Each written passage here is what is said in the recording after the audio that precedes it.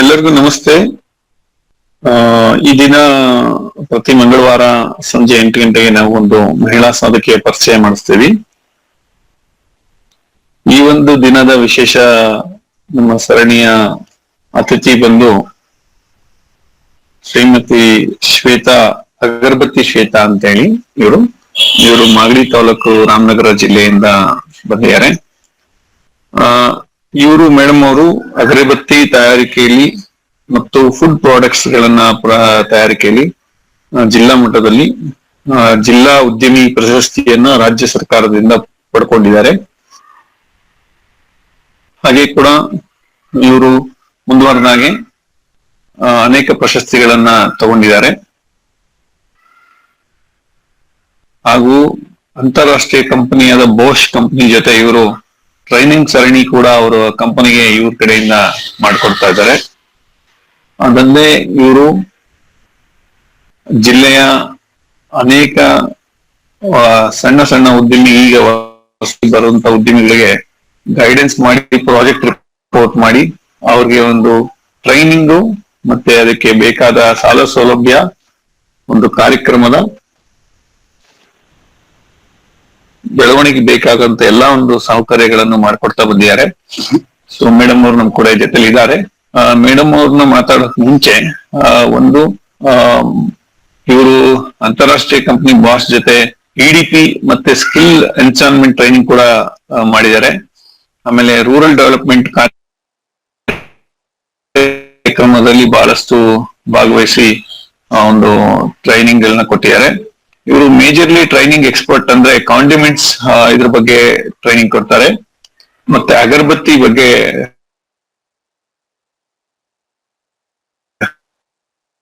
ತಯಾರಿಕೆ, ಇದರಲ್ಲಿ floor cleaners ಮತ್ತೆ ಹರ್ಬಲ್ ಸೋಪ್ಸ್ ನ ಹೇಗೆ ತಯಾರಿಕೆ ಮಾಡೋದು, ಈ ಒಂದು ಟ್ರೈನಿಂಗ್ ಗಳನ್ನ ಕೊಡ್ತಾರೆ.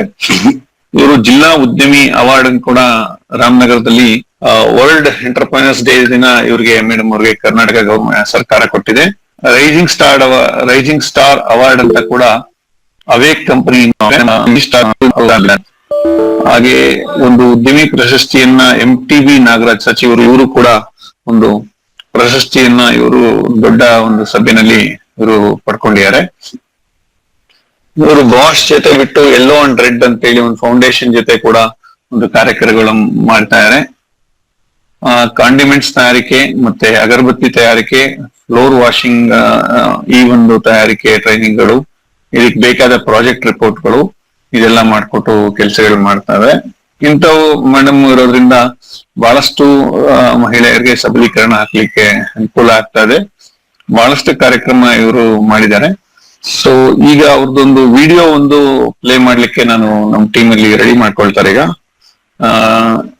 ಹಾಗೆ ಮುಂದುವರೆದಾಗೆ ಇವರು ರಾಮನಗರ ಜಿಲ್ಲೆಯಲ್ಲಿ ಈ ಒಂದು ಬರುವ 26ನೇ ತಾರೀಕು ಲಘು ಉದ್ಯಮ ಒಂದು ಸರ್ಕಾರಿ ಕಾರ್ಯಕ್ರಮದಲ್ಲಿ ಇವ್ರಿಗೂ ಕೂಡ ಒಂದು ಅವಾರ್ಡ್ ಮತ್ತೊಮ್ಮೆ ಒಂದು ಅನೌನ್ಸ್ಮೆಂಟ್ ಆಗಿದೆ.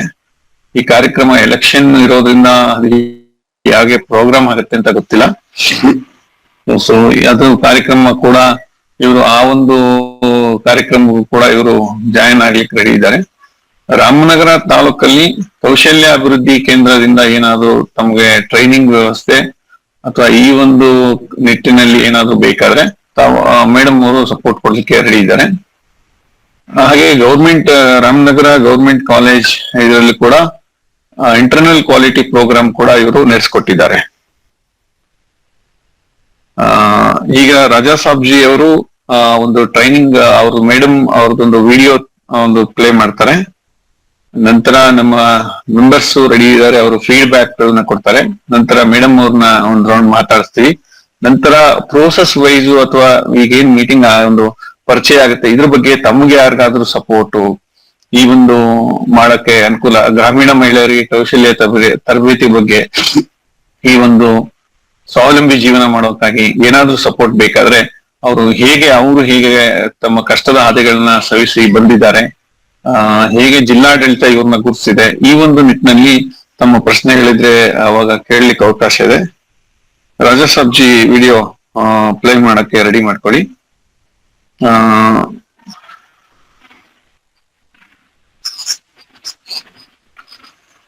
ಓಕೆ ಓಕೆ ಆಗ್ಬೋದು. ಈಗ ಶ್ವೇತಾ ಮೇಡಮ್ ಅವ್ರನ್ನ ನಮ್ಗೆ ಪರಿಚಯ ಮಾಡಿಕೊಟ್ಟಿದ್ದು ಮಂಡ್ಯ ಜಿಲ್ಲೆಯ ಗಾಯತ್ರಿ ಅಂತೇಳಿ ನಮ್ಮ ಒಂದು ಪರಸ್ಪರ ಟೀಮಿನ ಒಬ್ರು ಧೀಮಂತ ಮಹಿಳೆ. ಸೊ ಅವರು ಮೊದಲಿಗೆ ಸ್ಟಾರ್ಟ್ ಮಾಡ್ತಾರೆ, ನಂತರ ನಮ್ಮ ಟೀಮ್ ಮೆಂಬರ್ಸ್ ಹೇಗೆ ನಮ್ಮ ಒಂದು ಪರಸ್ಪರ ಅವ್ರನ್ನ ವೆಲ್ಕಮ್ ಮಾಡ್ಬೇಕು, ಈ ಕಾರ್ಯಕ್ರಮದ ಬಗ್ಗೆ ನಾಲ್ಕು ಮಾತಾಡ್ಬೇಕು ಅಂತೇಳಿ ಗಾಯತ್ರಿ ಅವರೇ ಸ್ಟಾರ್ಟ್ ಮಾಡಿ, ನಂತರ ಬೇರೆಯವರು ಒನ್ ಬೈ ಒನ್ ಕ್ಯೂ ಆಗಿ ಮಾತಾಡ್ತಾರೆ. ನಮಸ್ತೆ, ನನ್ನ ಹೆಸರು ಗಾಯತ್ರಿ ಅಂತೇಳಿ. ನಾನು ನಾನು ಕೃಷಿ ಉದ್ಯೋಗ ಸಖಿಯಲ್ಲಿ ನಾನು ನನಗೆ ಭೇಟಿಯಾಗಿದ್ದವರು. ಅವರು ಸಾಧನೆ ಕೇಳಿ ನನಗೂ ನಮ್ಮ ಟೀಮ್ ನಲ್ಲಿ ಯಾಕೆ ನಾನು ಮಾಡಬಾರ್ದು ಅಂತೇಳಿ ಸರ್ಗೆ ಹೇಳ್ದೆ. ಅವರು ಅಲ್ಲಿ ಹೇಳ್ತಾ ಇದ್ದ ಇಂಟ್ರೊಡಕ್ಷನ್ ಅವ್ರು ಕೇಳಿ ನಾನು ಅವ್ರ ಹೆಸರನ್ನೇ ಅವ್ರು ಮಾಡೋ ವೃತ್ತಿಯಿಂದಾನೇ ಅವ್ರನ್ನ ಅಗರಬತ್ತಿ ಶ್ವೇತಾ ಅಂತೇಳಿ ಗುರುತಿಸ್ತಾ ಇದ್ರು ಅಂತೇಳಿ ತಿಳ್ಕೊಂಡೆ. ಮಾಡಿ ಅಷ್ಟು ಗುರುತಿಸ್ಕೊಂಡಿದ್ದಾರೆ, ಅಷ್ಟೊಂದು ಪ್ರಶಸ್ತಿಗಳನ್ನ ಪಡ್ಕೊಂಡಿದ್ದಾರೆ. ಸೊ ತುಂಬಾ ಖುಷಿ ಆಯ್ತು. ಹಂಗಾಗಿ ನಮ್ಮ ಪರಸ್ಪರ ತಂಡಕ್ಕೆ ನಾವು ನಮ್ಮ ಮಹಿಳಾ ತಂಡಕ್ಕೂ ಇದರಿಂದ ಏನಾದ್ರು ಉಪಯೋಗ ಆಗ್ಬೋದು ಅಂತ ಹೇಳಿ ನಾನು ಕಂದನ್ ಸರ್ಗೆ ಅವ್ರನ್ನ ಭೇಟಿ ಮಾಡಿಸಿದೆ. ವೆಲ್ಕಮ್ ಮೇಡಮ್ ನಮ್ಮ ಪರಸ್ಪರ ತಂಡಕ್ಕೆ. Okay, thank you madam.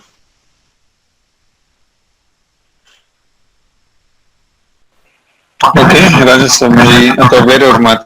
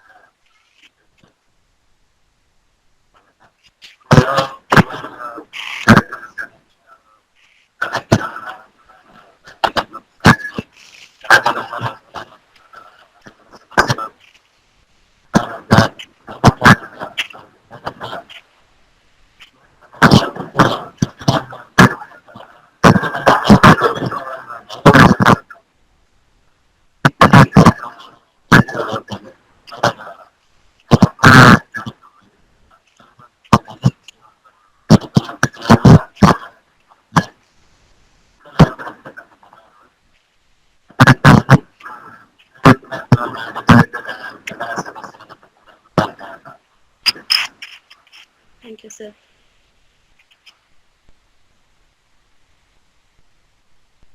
Okay, thank you Shweta madam. ನಮಸ್ತೆ. ನಮ್ಮ ರಾಮನಗರ ಜಿಲ್ಲೆಯಲ್ಲಿ ನಾನು ರಾಮನಗರ ಜಿಲ್ಲೆಯವರು ಕೂಡ. ಸೊ ರಿಯಲ್ ಬಗ್ಗೆ ಕೇಳಿ ತುಂಬಾ ಖುಷಿ ಆಯ್ತು. ಸೊ ನಮ್ಮ ಒಂದು ಮಹಿಳೆಯರಿಗೂ ಕೂಡ ನಮ್ಮ ಒಂದು ಸಕ್ಸಸ್ ಸ್ಟೋರಿ ಕೇಳಿ ಅವರು ಕೂಡ ಇದೇ ರೀತಿ ಸಕ್ಸಸ್ ಆಗ್ಲಿ ಅಂತ ಅಂದ್ಬಿಟ್ಟು ನಾವು ಕುತೂಹಲದಿಂದ ಇದ್ದೀವಿ ನಿಮ್ಮ ಮಾತನ್ನ ಕೇಳಲಿಕ್ಕೆ. So really wonderful. ನಮ್ಮ ರಾಮನಗರ ಜಿಲ್ಲೆಯಲ್ಲೂ ಕೂಡ ಸಕ್ಸಸ್ಫುಲ್ ಸಾಧಕಿಯರು ಬೆಳೀಲಿ ಅಂತ ಹೇಳ್ತಾ ವೆಲ್ಕಮ್ ಮಾಡ್ತೇವೆ ಮೇಡಮ್.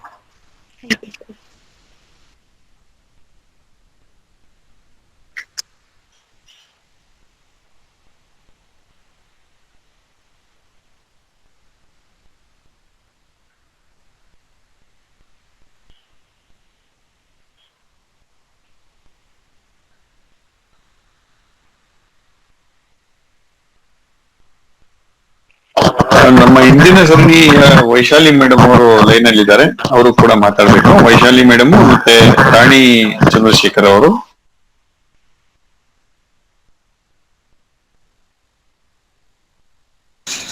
ಎಲ್ರಿಗೂ ನಮಸ್ತೆ. ಹಲೋ ಸರ್, ಎಲ್ರಿಗೂ ನಮಸ್ತೆ. ಕಾರ್ಯಕ್ರಮ ಬರ್ತಾ ಇದೆ. ಹೊಸ ಹೊಸ ಉದ್ಯಮಿದಾರರನ್ನ ಈಗ ಪ್ರಸ್ತುತ ಮಾಡಬೇಕು ಅಂತಿರುವಂತ ಮಹಿಳೆಯರಿಗೆ ಒಂದು ಪ್ರೋತ್ಸಾಹದಾಯಕವಾಗಿ ಕಾರ್ಯಕ್ರಮ ಮೂಡಿ ಬರ್ತಾ ಇದೆ. ಇನ್ನು ಎಲೆಮರೆ ಕಾಯ ತರ ಇರುವಂತ ಸಾಕಷ್ಟು ಸಾಧಕರಿದ್ದಾರೆ. ಅವ್ರನ್ನೆಲ್ಲ ಈ ವೇದಿಕೆ ಕರೆತಂದು ಹೊಸ ಹೊಸ ಉದ್ದಿಮೆದಾರರು ಹುಟ್ಟಾಕೋದಿಕ್ಕೆ ಪರಸ್ಪರ ತಂಡ ಒಂದು ವೇದಿಕೆ ಕೊಡ್ಬೇಕು ಅಂತ ಕೇಳಕಂತ ಶ್ವೇತಾ ಮೇಡಮ್ಗೆ ಹಾರ್ಟ್ಲಿ ವೆಲ್ಕಮ್. ನನಗೂ ಅವ್ರ ಪರಿಚಯ ಇದೆ ಸರ್. ಸಣ್ಣದಾಗಿ ಅವರು ಉದ್ಯಮ ಮಾಡ್ತಿರೋದು ನಂಗೆ ಗೊತ್ತಾಯ್ತು. ಮುಖಾಮುಖಿ ಕೂಡ ನಾವು ಭೇಟಿ ಮಾಡಿದೀವಿ. ಸೊ ಇದೇ ರೀತಿ ಬೇರೆ ಹೊಸ ಉದ್ದಿಮೆದಾರರಿಗೆ ಅವ್ರ ಪ್ರೋತ್ಸಾಹ ನೀಡ್ತಾ ಸಮಾಜಮುಖಿ ಕೆಲಸ ಮಾಡ್ತಿದ್ದಾರೆ. ಮತ್ತಷ್ಟು ಅವ್ರ ಸಮಾಜಮುಖಿ ಕೆಲಸಗಳಲ್ಲಿ ತೊಡಗಿಸ್ಕೊಳ್ಳಿ ಅಂತ ಆಶಿಸ್ತಾ ಅವಕಾಶಕ್ಕಾಗಿ ಎಲ್ರಿಗೂ ಧನ್ಯವಾದಗಳು sir. Okay, thank you madam. Vaishali madam ಇದ್ದೀರಾ ಅನ್ಕೊಂಡಿದೀನಿ.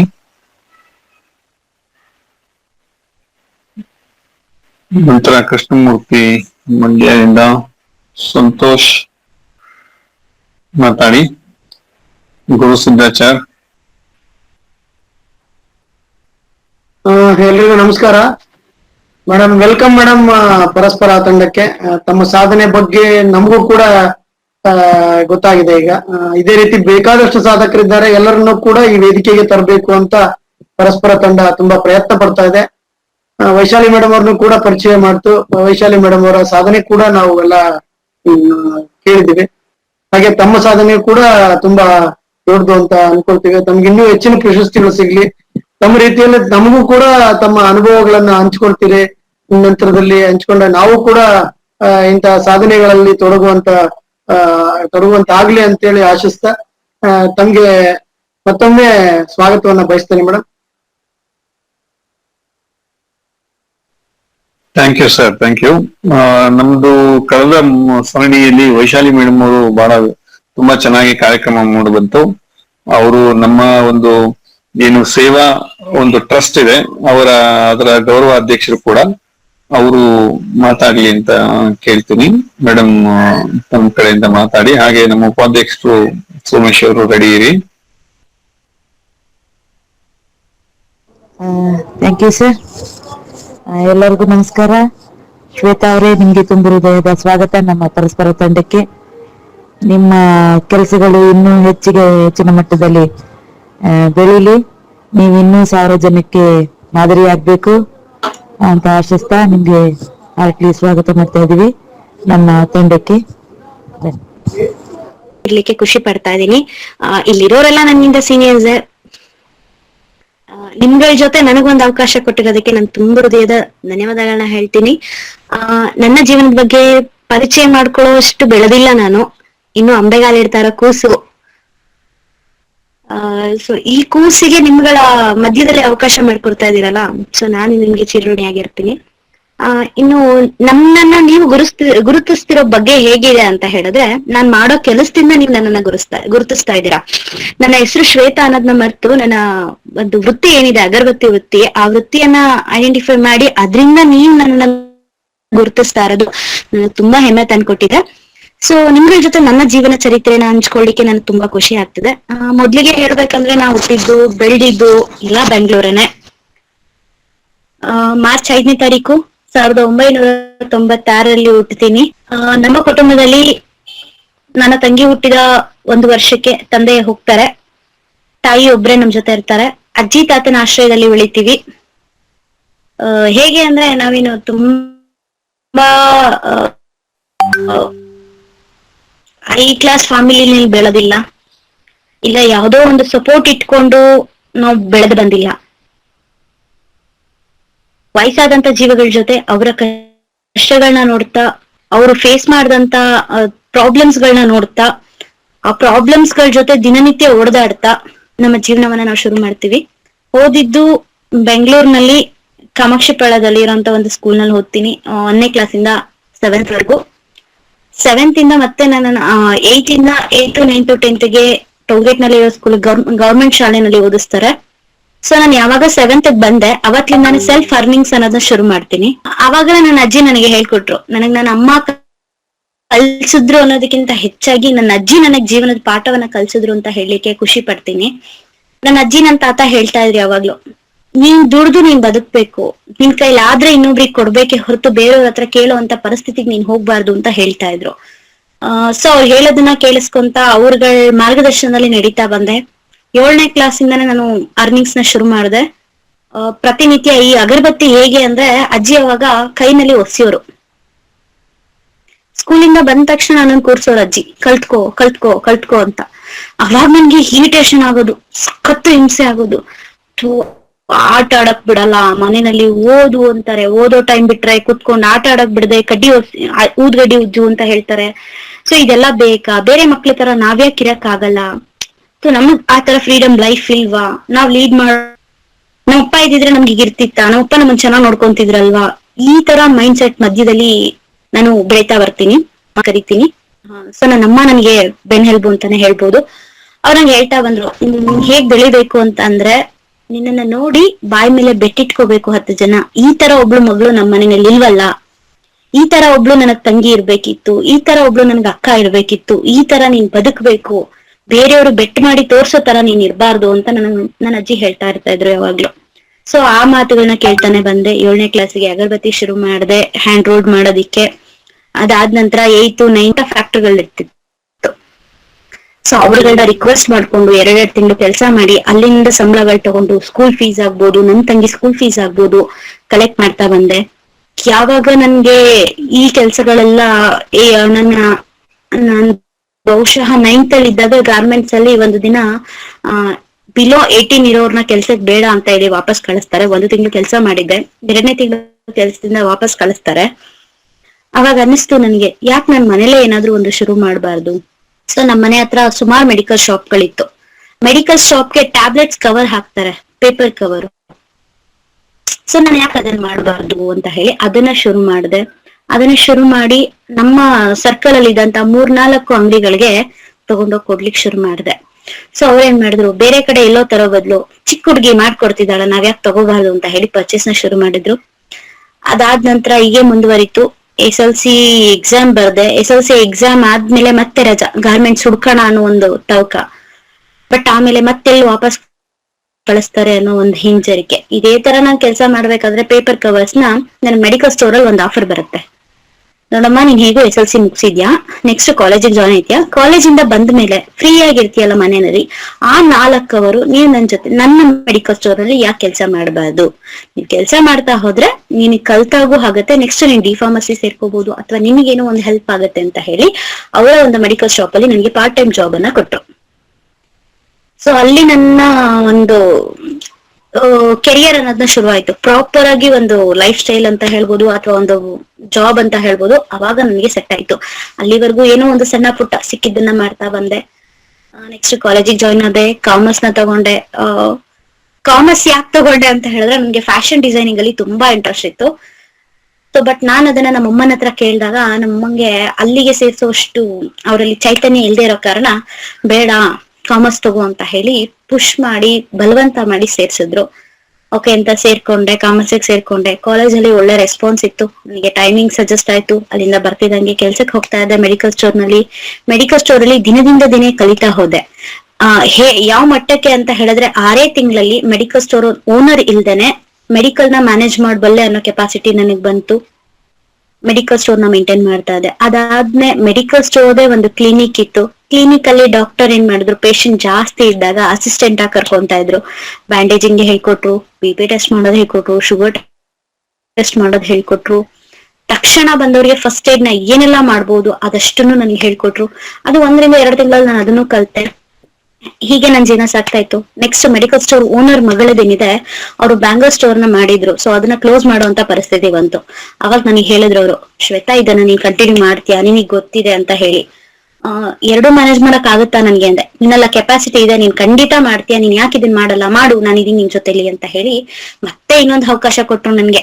ಸೊ ನಾನು ಅದನ್ನ ಬ್ಯಾಂಗಲ್ ಸ್ಟೋರ್ ನ ಮೇಂಟೈನ್ ಮಾಡ್ಲಿಕ್ಕೆ ಶುರು ಮಾಡಿದೆ. ಬ್ಯಾಂಗಲ್ ಸ್ಟೋರ್ಗೆ ಮೆಟೀರಿಯಲ್ ನಾನೇ ಹಾಕ್ತಾ ಇದ್ದೆ, ಸೇಲ್ಸ್ ನಾನೇ ಮಾಡ್ತಾ ಇದ್ದೆ, ಕೌಂಟಿಂಗ್ ನಾನೇ ಕೊಡ್ತಾ ಇದ್ದೆ. ಪ್ರಾಫಿಟ್ ಎಲ್ಲ ನಡೀತಾ ಇತ್ತು ಬಿಸ್ನೆಸ್.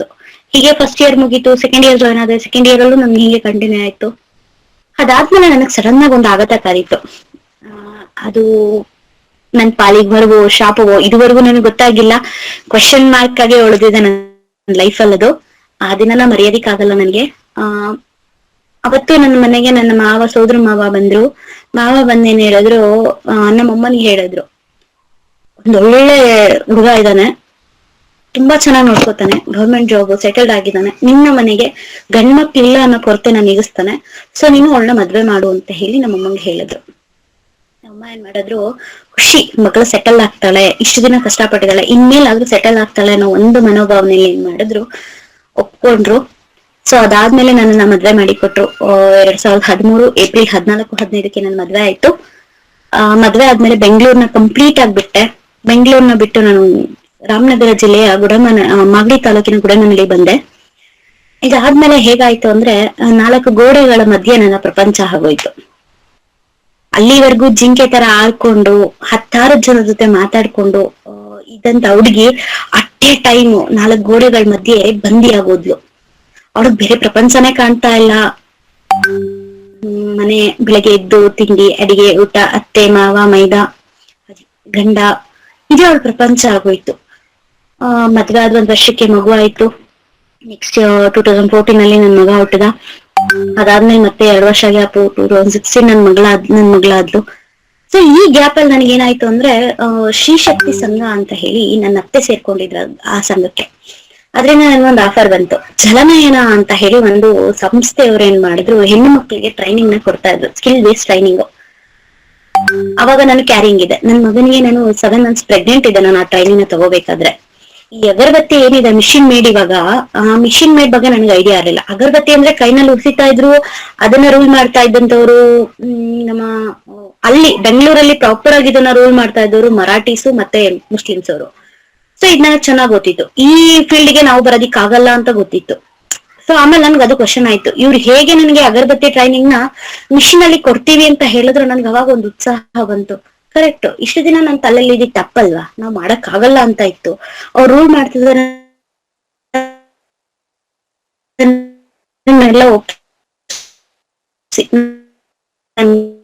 ಕೆಲ್ಸ ಮಾಡ್ತೀನಿ ಅಂತ ಹೇಳಿ ಬೇಜಾರಾಗಿದೆ. ನಾನ್ ತಿಳ್ಕೋಬೇಕು, ನಾನ್ ಕಲಿಬೇಕು ಅಂತ ಹೇಳಿ ಆ ಟ್ರೈನಿಂಗ್ ಹೋದೆ.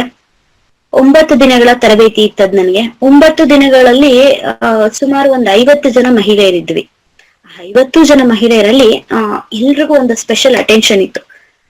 ಬಿಕಾಸ್ ನಾನ್ ಪ್ರೆಗ್ನೆಂಟ್, ಕನ್ಸೀವ್ ಅಲ್ಲಿದ್ದೆ, ನಾನ್ 7 months. ಅಯ್ಯೋ ಈಗ ಯಾಕೆ ಬರ್ತೀಯ ನೀನ್ ಬರ್ಬೇಡ, ನೀನ್ ಕೂರ್ಬೇಡ, ನೀನ್ ಕಲಿಬೇಡ, ಮಿಷಿನ್ ತುಳಿಬೇಡ ನೀನು. ನಮಗಲ್ಲಿ ಟ್ರೈನಿಂಗ್ ಕೊಡ್ತಾ ಇದ್ದು ಆಟೋಮೆಟಿಕ್ ಮಿಷಿನ್ ಕೊಡ್ತಾ ಇರ್ಲಿಲ್ಲ, ಲೆಗ್ ಮಿಷಿನ್ ಆಪರೇಟೆಡ್ ಮಿಷಿನ್ ಅಲ್ಲಿ ನಂಗೆ ಟ್ರೈನಿಂಗ್ ನ ಕೊಡ್ತಾ ಇದ್ರು ಅಗರಬತ್ತಿ. ಅದನ್ನ ಪ್ರೆಸ್ ಮಾಡಕ್ ಹೋದ್ರೆ ನಿನಗ್ ಸ್ಟ್ರೈನ್ ಆಗುತ್ತೆ, ನೀನ್ ತಗೋಬೇಡ ಅಂತ ಹೇಳಿ ಅವಾಯ್ಡ್ ಮಾಡಿದವ್ರು ತುಂಬಾ ಜನ. ನಿನಗಿದು ಬೇಕಾ ಅಂತ ಕೇಳಿದವ್ರು ತುಂಬಾ ಜನ. ನಾನು ಅವಾಗ ಹೇಳ್ದೆ, ನಾನ್ ಪ್ರೆಗ್ನೆಂಟ್, ನನ್ನನ್ನು ಕೇರ್ ಮಾಡ್ಕೊಳ್ಳೋದು ಗೊತ್ತು, ನಾನ್ ಕಲಿಬೇಕು ಅಂತ ಬಂದಿದ್ದೀನಿ, ಖುಷಿಯಿಂದ ಬಂದಿದ್ದೀನಿ, ಪ್ಲೀಸ್ ನಾನು ಅವಾಯ್ಡ್ ಮಾಡ್ಬೇಡಿ ಅಂತ ಹೇಳಿ ರಿಕ್ವೆಸ್ಟ್ ಮಾಡ್ಕೊಂಡು ನನ್ನ ಕ್ಲಾಸಸ್ ನಾನು ಕಂಟಿನ್ಯೂ ಮಾಡಿದೆ, ಟ್ರೈನಿಂಗ್ ತಗೊಂಡೆ. ಅದಾದ್ಮೇಲೆ ನನಗೆ ಖುಷಿ, ನಾನು ಇದನ್ನ ಶುರು ಮಾಡ್ಬೇಕು. ಗ್ರಾಮದಲ್ಲಿ 10 ಹೆಣ್ಮಕ್ಳುಗಳು ಮನೆ ಹತ್ರ ಕೂತಿದ್ದಾರೆ, ಅವ್ರಿಗೆಲ್ಲ ಒಂದು ಕೆಲಸ ಕೊಡ್ಬೇಕು, ಈ ಉದ್ಯಮನ ನಾನು ಶುರು ಮಾಡ್ಬೇಕು ಅಂತ 2014 ನಾನು ಫಿಕ್ಸ್ ಆದೆ. ಬಟ್ ಅವಾಗ ನನ್ನ ಫ್ಯಾಮಿಲಿ ನನಗೆ ಸಪೋರ್ಟ್ ಮಾಡ್ಲಿಲ್ಲ. ನನ್ನ ಹಸ್ಬೆಂಡ್ ಆಗಿರ್ಬೋದು, ಅವ್ರ ತಮ್ಮ ಆಗಿರ್ಬೋದು, ನಮ್ಮ ಅತ್ತೆ ಮಾವ ಆಗಿರ್ಬೋದು, ಒಂದೇ ಮಾತು ಹೇಳಿದ್ದು, ಬೇಡ, ಹೆಣ್ಮಕ್ಳು ಮನೆಯಲ್ಲಿರ್ಬೇಕು, ಏನಂತದ್ದು, ನೀನ್ ಯಾಕೆ ಹೋಗ್ತೀಯ ಹೊರಗಡೆ ಅಂತ ಹೇಳಿ ಕಟ್ ಹಾಕಿದ್ರು. ಅದಾದ್ಮೇಲೆ ನನ್ ಮಗ ಹುಟ್ಟಿದ್ಮೇಲೆ ನನ್ನ ಹಸ್ಬೆಂಡ್ ಏನ್ ನನಗೆ ಹೇಳಿದ್ರು, ನನ್ನ ಫ್ಯಾಮಿಲಿಗೆ ಏನ್ ಪ್ರಾಮಿಸ್ ಮಾಡಿದ್ರು ಗೌರ್ಮೆಂಟ್ ಜಾಬ್ ಅನ್ನೋದು, ಅದು ಸುಳ್ಳು ಅನ್ನೋದು ಗೊತ್ತಾಯ್ತು ನನ್ಗೆ. ಅವ್ರ ಕೆಲ್ಸ ಇಲ್ಲ ಅನ್ನೋದು ಕನ್ಫರ್ಮ್ ಆಯ್ತು. ಇವ್ರ ಕೆಲ್ಸ ಇಲ್ಲ, ಸೊ ಇವ್ರ ಮನೇಲಿದ್ದಾರೆ. ಇವ್ರು ಇಷ್ಟು ದಿನ ನಮ್ಗೆ ಹೇಳಿದ್ದೆಲ್ಲ ಸುಳ್ಳು ಅನ್ನೋದು ನನಗೆ ಅವಾಗ ಗೊತ್ತಾಯ್ತು. ಶಾಕ್ ಆಯ್ತು. ಬಟ್ ಒಂದು ಸತ್ಯನ ನಾನು ಜೀರ್ಣ ಮಾಡ್ಕೊಳ್ಳೇಬೇಕಾದಂತ ಪರಿಸ್ಥಿತಿ ಇತ್ತು. ಯಾಕೆಂದ್ರೆ ಬಿಟ್ಟು ಹೋಗುವಂತ ಫ್ಯಾಮಿಲಿನಲ್ಲಿ ನಾನ್ ಬೆಳೆದಿಲ್ಲ. ನನಗ ಆ ಸ್ವಭಾವನ ನಮ್ಮಮ್ಮ, ನಮ್ಮ ಅಜ್ಜಿ, ನನ್ನ ತಾತ ಹೇಳ್ಕೊಟ್ಟಿರ್ಲಿಲ್ಲ ನನ್ಗೆ.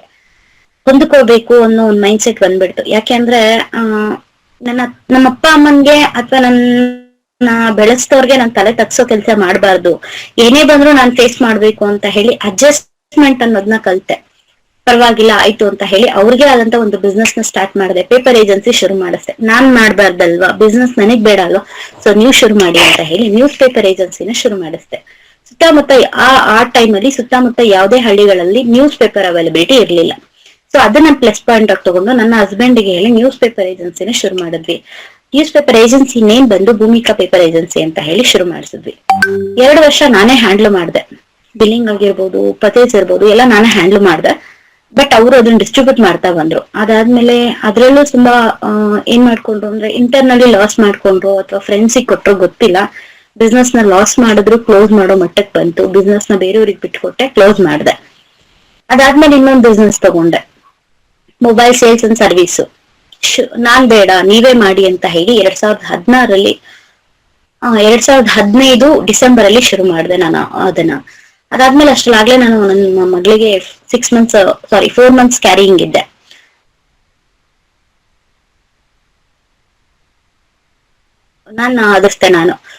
ನಾನು ಇರೋವರೆಗೂ ಗೊತ್ತಿಲ್ಲ, ಆಗಸ್ಟ್ ವರೆಗೂ ನಾನು ಬಿಸ್ನೆಸ್ ತುಂಬಾ ಚೆನ್ನಾಗಿ ನಡೆಸ್ದೆ. ತುಂಬಾ ಚೆನ್ನಾಗಿ ಸೇಲ್ಸ್ ಆಗ್ತಿತ್ತು, ಎಲ್ಲ ಚೆನ್ನಾಗಿ ನಡೀತಾ ಇತ್ತು ಬಿಸ್ನೆಸ್. ಅದಾದ್ಮೇಲೆ ಏನ್ ಮಾಡಿದೆ, ನನ್ನ ಡೆಲಿವರಿ ಟೈಮ್ ಬಂತು, ಅಮ್ಮನ ಮನೆಗೆ ಹೋದೆ ನಾನು ಬೆಂಗಳೂರಿಗೆ. 2016 ಆಗಸ್ಟ್ ಅಲ್ಲಿ ನನ್ನ ಮಗಳು ಹುಟ್ಟುತ್ತಾಳೆ. ಅದಾದ್ಮೇಲೆ ಕಂಪ್ಲೀಟ್ 6 ಮಂತ್ಸ್ ನನ್ನ ಯಜಮಾನ್ರು ಬಿಸ್ನೆಸ್ ನ ಸ್ಟಾಪ್ ಮಾಡ್ಬಿಡ್ತಾರೆ. ನನ್ಗೆ ಅಲ್ಲಿ ನಡೀತಿದೆ ಅಂತ ಹೇಳ್ತಾ ಬರ್ತಾರೆ, ಬಟ್ ಇಲ್ಲಿ ನೋಡಿದ್ರೆ ಬಿಸ್ನೆಸ್ ಕಂಪ್ಲೀಟ್ ಆಗಿ ಲಾಕ್ ಆಗಿರುತ್ತೆ, ಯಾವುದೇ ರೀತಿ ಅರ್ನಿಂಗ್ಸ್ ಇರಲ್ಲ. ಸೊ ಅಂಗಡಿಗೆ ವೇಸ್ಟ್ ಆಗಿ ಬಾಡಿಗೆನ ಕಟ್ತಾ ಇರ್ತಾರೆ. ನಾನು ಅಲ್ಲಿಂದ ರಿಟರ್ನ್ ಮತ್ತೆ ಬಂದ್ಮೇಲೆ ನನಗೊಂದು ಶಾಕ್, ಬಿಸ್ನೆಸ್ ಕ್ಲೋಸ್ ಆಯ್ತು. ಸೊ ಇವ್ರು ಇದನ್ನು ಮಾಡಲ್ಲ, ಒಬ್ಳೆ ಬಿಸ್ನೆಸ್ ಮಾಡಕ್ ಆಗಲ್ಲ, ಸೊ ನಿಮ್ ಜೊತೆ ಸೇರಿ ಹೊಸದಾಗಿ ಇಬ್ರು ಸೇರಿ ಏನಾದ್ರು ಮಾಡೋಣ, ನಿಮ್ ಜೊತೆ ನಾನ್ ನಿಲ್ತೀನಿ ಅಂತ ಹೇಳಿ ಮತ್ತೆ ನನ್ನ ಅತ್ತೆ ಸಪೋರ್ಟ್ ತಗೊಂಡು ಚಾಟ್ ಸೆಂಟರ್ ನ ಓಪನ್ ಮಾಡಿದ್ವಿ. ಸ್ನಾಕ್ಸ್ ಚಾಟ್ಸ್ ಶುರು ಮಾಡಿದ್ವಿ. ತುಂಬಾ ಚೆನ್ನಾಗಿ ಸೇಲ್ಸ್ ಆಗ್ತಿತ್ತು. ಎಲ್ರಿಗೂ ಆಶ್ಚರ್ಯ ಪಡೋ ರೀತಿ ನಮ್ ಸೇಲ್ಸ್ ನಡೀತಾ ಇತ್ತು. ದಿನಕ್ಕೆ ಏನಿಲ್ಲ ಅಂದ್ರೂ ಮ್ಯಾಕ್ಸಿಮಮ್ ನಮ್ಗೆ 10 ರಿಂದ 15 ಸಾವಿರ ರೂಪಾಯಿ ಲಾಭ ಬರ್ತಿತ್ತು. ತುಂಬಾ ಚೆನ್ನಾಗಿ ನಡೀತಾ ಇತ್ತು. ಬಟ್ ಅದು ಯಾರ ಕೆಟ್ಟ ಕಂಡಿತ್ತೋ ಅಥವಾ ನನ್ನ ಗಂಡನ ಬುದ್ಧಿ ಮಣ್ ತಿಂತಿತ್ತು ಏನೋ ನನಗ್ ಗೊತ್ತಿಲ್ಲ. ವಿತ್ ಇನ್ ಶಾರ್ಟ್ ಟೈಮ್ ಅದು ಕೂಡ ಬ್ರೇಕ್ ಆಯ್ತು. ಅದಕ್ಕಾಗಲ್ಲ, ಜವಾಬ್ದಾರಿ ಇಬ್ರು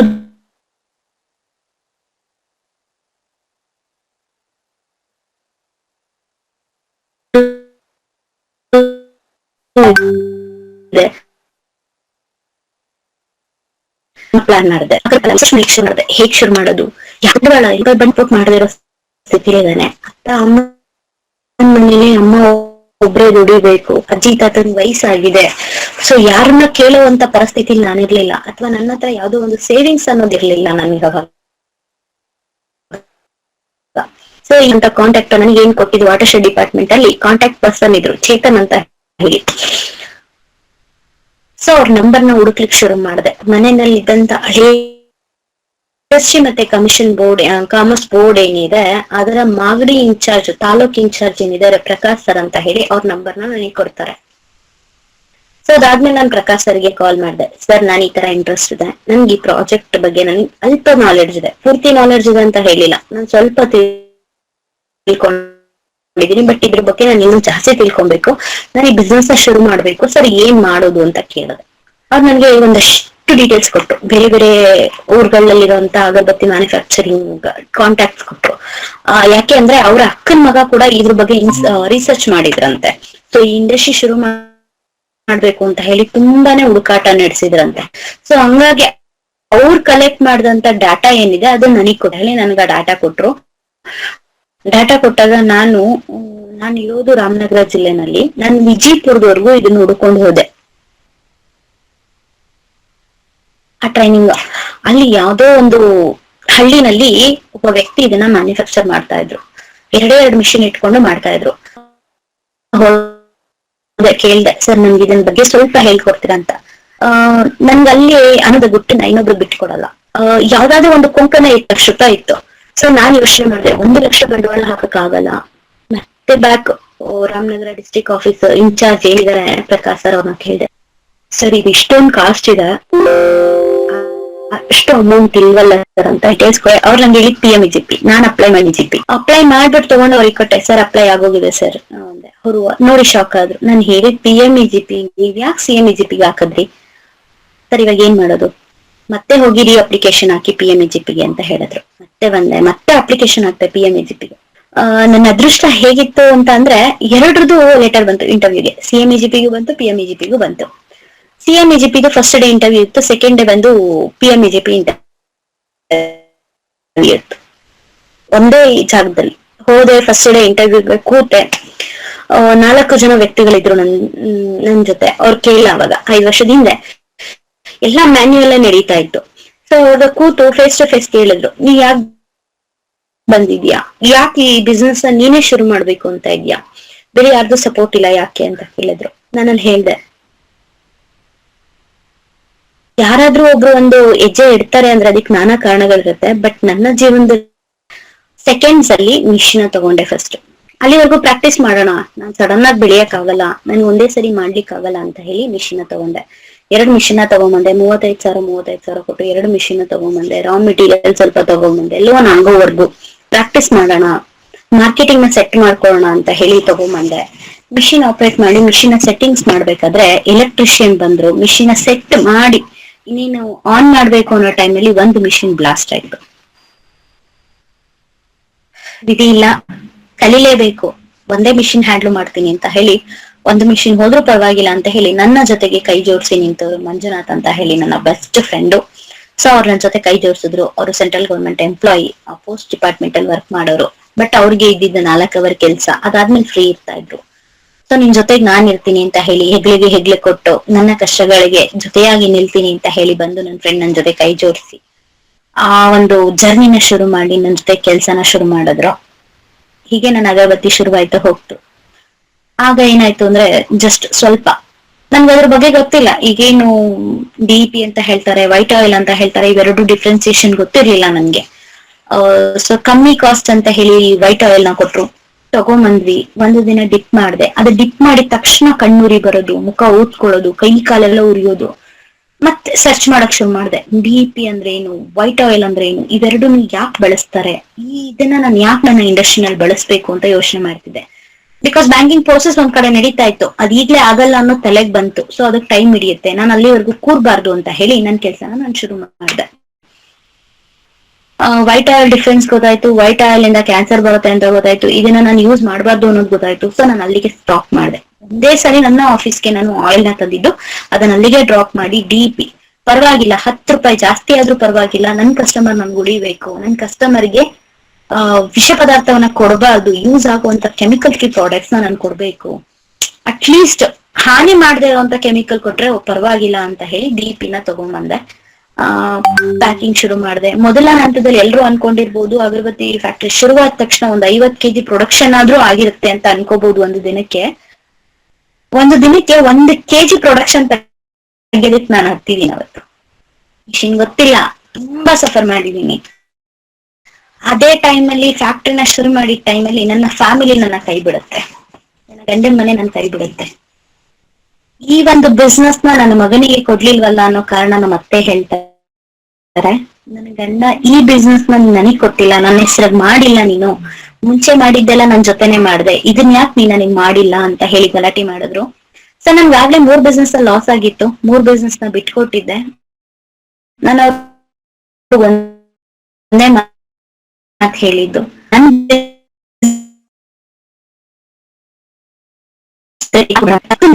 ಇಡೀ ನನ್ನ ಸಂಸಾರ ಏನಿದೆ ನನ್ನ ಬಿಟ್ಟು ಹೋದ್ರು. ಅವತ್ತು ಬಂದ್ರು ನನ್ನ ಅಮ್ಮ, ನನ್ನ ತಂಗಿ, ನನ್ನ ಅಜ್ಜಿ, ನನ್ನ ತಾತ, ನನ್ನ ಫ್ಯಾಮಿಲಿ ಬಂತು. ತವ್ರ ಮನೆ ಬಳಗ ಬಂದು, ನೀನ್ ಇರ್ಬೇಡ, ಸೊ ಬಂದ್ಬಿಡು, ನೀನ್ ನನ್ ಜೊತೆ ಬೆಂಗಳೂರಿಗೆ ಬಂದ್ಬಿಡು, ಕೆಲಸ ಮಾಡ್ಕೊಂಡು ಜೀವನ ಮಾಡ್ಬೋದು ಅಂತ ಹೇಳಿದ್ರು. ನಾನು ಒಂದ್ ಮಾತು ಹೇಳ್ದೆ, ನಾನು ಯಾವ್ದೇ ತಪ್ಪು ಮಾಡಿಲ್ಲ, ಯಾರಿಗೂ ಇದ್ರೂ ಅವಶ್ಯಕತೆ ನನಗಿಲ್ಲ. ನನ್ನನ್ನ ಏನ್ ತಪ್ಪು ಅಂತ ಇವ್ರು ಅನ್ಕೊಂಡಿದ್ದಾರೆ, ಈ ತಪ್ಪನ್ನ ನಾನ್ ತಪ್ಪು ಮಾಡಿಲ್ಲ ಅಂತ ಹೇಳಿ ಇದೇ ಜಾಗದಲ್ಲಿ ನಿಂತು ನಾನು ಸಾಧಿಸ್ತೀನಿ.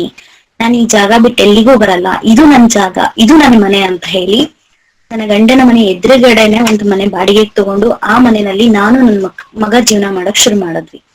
ನನ್ ಮಗಳನ್ನ ನನ್ನ ತಾಯಿ ಕರ್ಕೊಂಡೋದ್ರು, ಇಬ್ರನ್ನು ಮೇಂಟೈನ್ ಮಾಡಕ್ ಆಗಲ್ಲ ಅಂತ ಹೇಳಿ ನನ್ ಮಗನ ನನ್ನ ಹತ್ರ ಬಿಟ್ಟು ನನ್ ಮಗಳನ್ನ ಅವ್ರು ಕರ್ಕೊಂಡು ಹೋದ್ರು ನನ್ನ ಅಜ್ಜಿ. ನನ್ ಮಗನ ಸ್ಕೂಲಿಗೆ ಹಾಕಿದ್ದೆ, ನನ್ ಮಗ ಸ್ಕೂಲಿಗೆ ಹೋಗೋನು. ನನ್ನ ಯೂನಿಟ್ ಏನಿದೆ, ಯೂನಿಟ್ ನ ನಾನು ಸೋಲೂರಲ್ಲಿ ಇಟ್ಕೊಂಡೆ. ಗುಡಮನ್ನಡಿಲಿ ಟ್ರಾನ್ಸ್ಪೋರ್ಟ್ ಕಷ್ಟ ಆಗುತ್ತೆ ಅಂತ ಹೇಳಿ ಸೋಲೂರ್ನಲ್ಲಿ ನಾನು ಫ್ಯಾಕ್ಟ್ರಿನ ತಗೊಂಡೆ. ಫ್ಯಾಕ್ಟ್ರಿನ ಶುರು ಮಾಡ್ತಿದ್ದೆ. ನನ್ ಮಗ ಸ್ಕೂಲಿಂದ ಡೈರೆಕ್ಟ್ ಫ್ಯಾಕ್ಟ್ರಿ ಹತ್ರ ಬರ್ತಾ ಇದ್ದ. ಮಧ್ಯರಾತ್ರಿ 12 ಗಂಟೆ 1 ಗಂಟೆ ಆಗ್ತಿತ್ತು ನನ್ನ ಫ್ಯಾಕ್ಟ್ರಿನ ಕ್ಲೋಸ್ ಮಾಡ್ಬೇಕಾದ್ರೆ. ಯಾಕೆಂದ್ರೆ ಆರಂಭಿಕ ಅಂತ ನಾನು ಆರ್ಡರ್ ತಗೊಂಡ್ಬಿಟ್ಟಿದೀನಿ, ನನಗ್ ಆಗ್ತಾ ಇರೋದು 1 kg ಪ್ರೊಡಕ್ಷನ್ ಆಗ್ತಾ ಇಲ್ಲ. ನನ್ಗೆ ಒಂದು ದಿನ 8 ಅವರ್ ಕೆಲಸ ಮಾಡಿದ್ರು 1-1.5 kg ಪ್ರೊಡಕ್ಷನ್ ಆಗ್ತಾ ಇಲ್ಲ.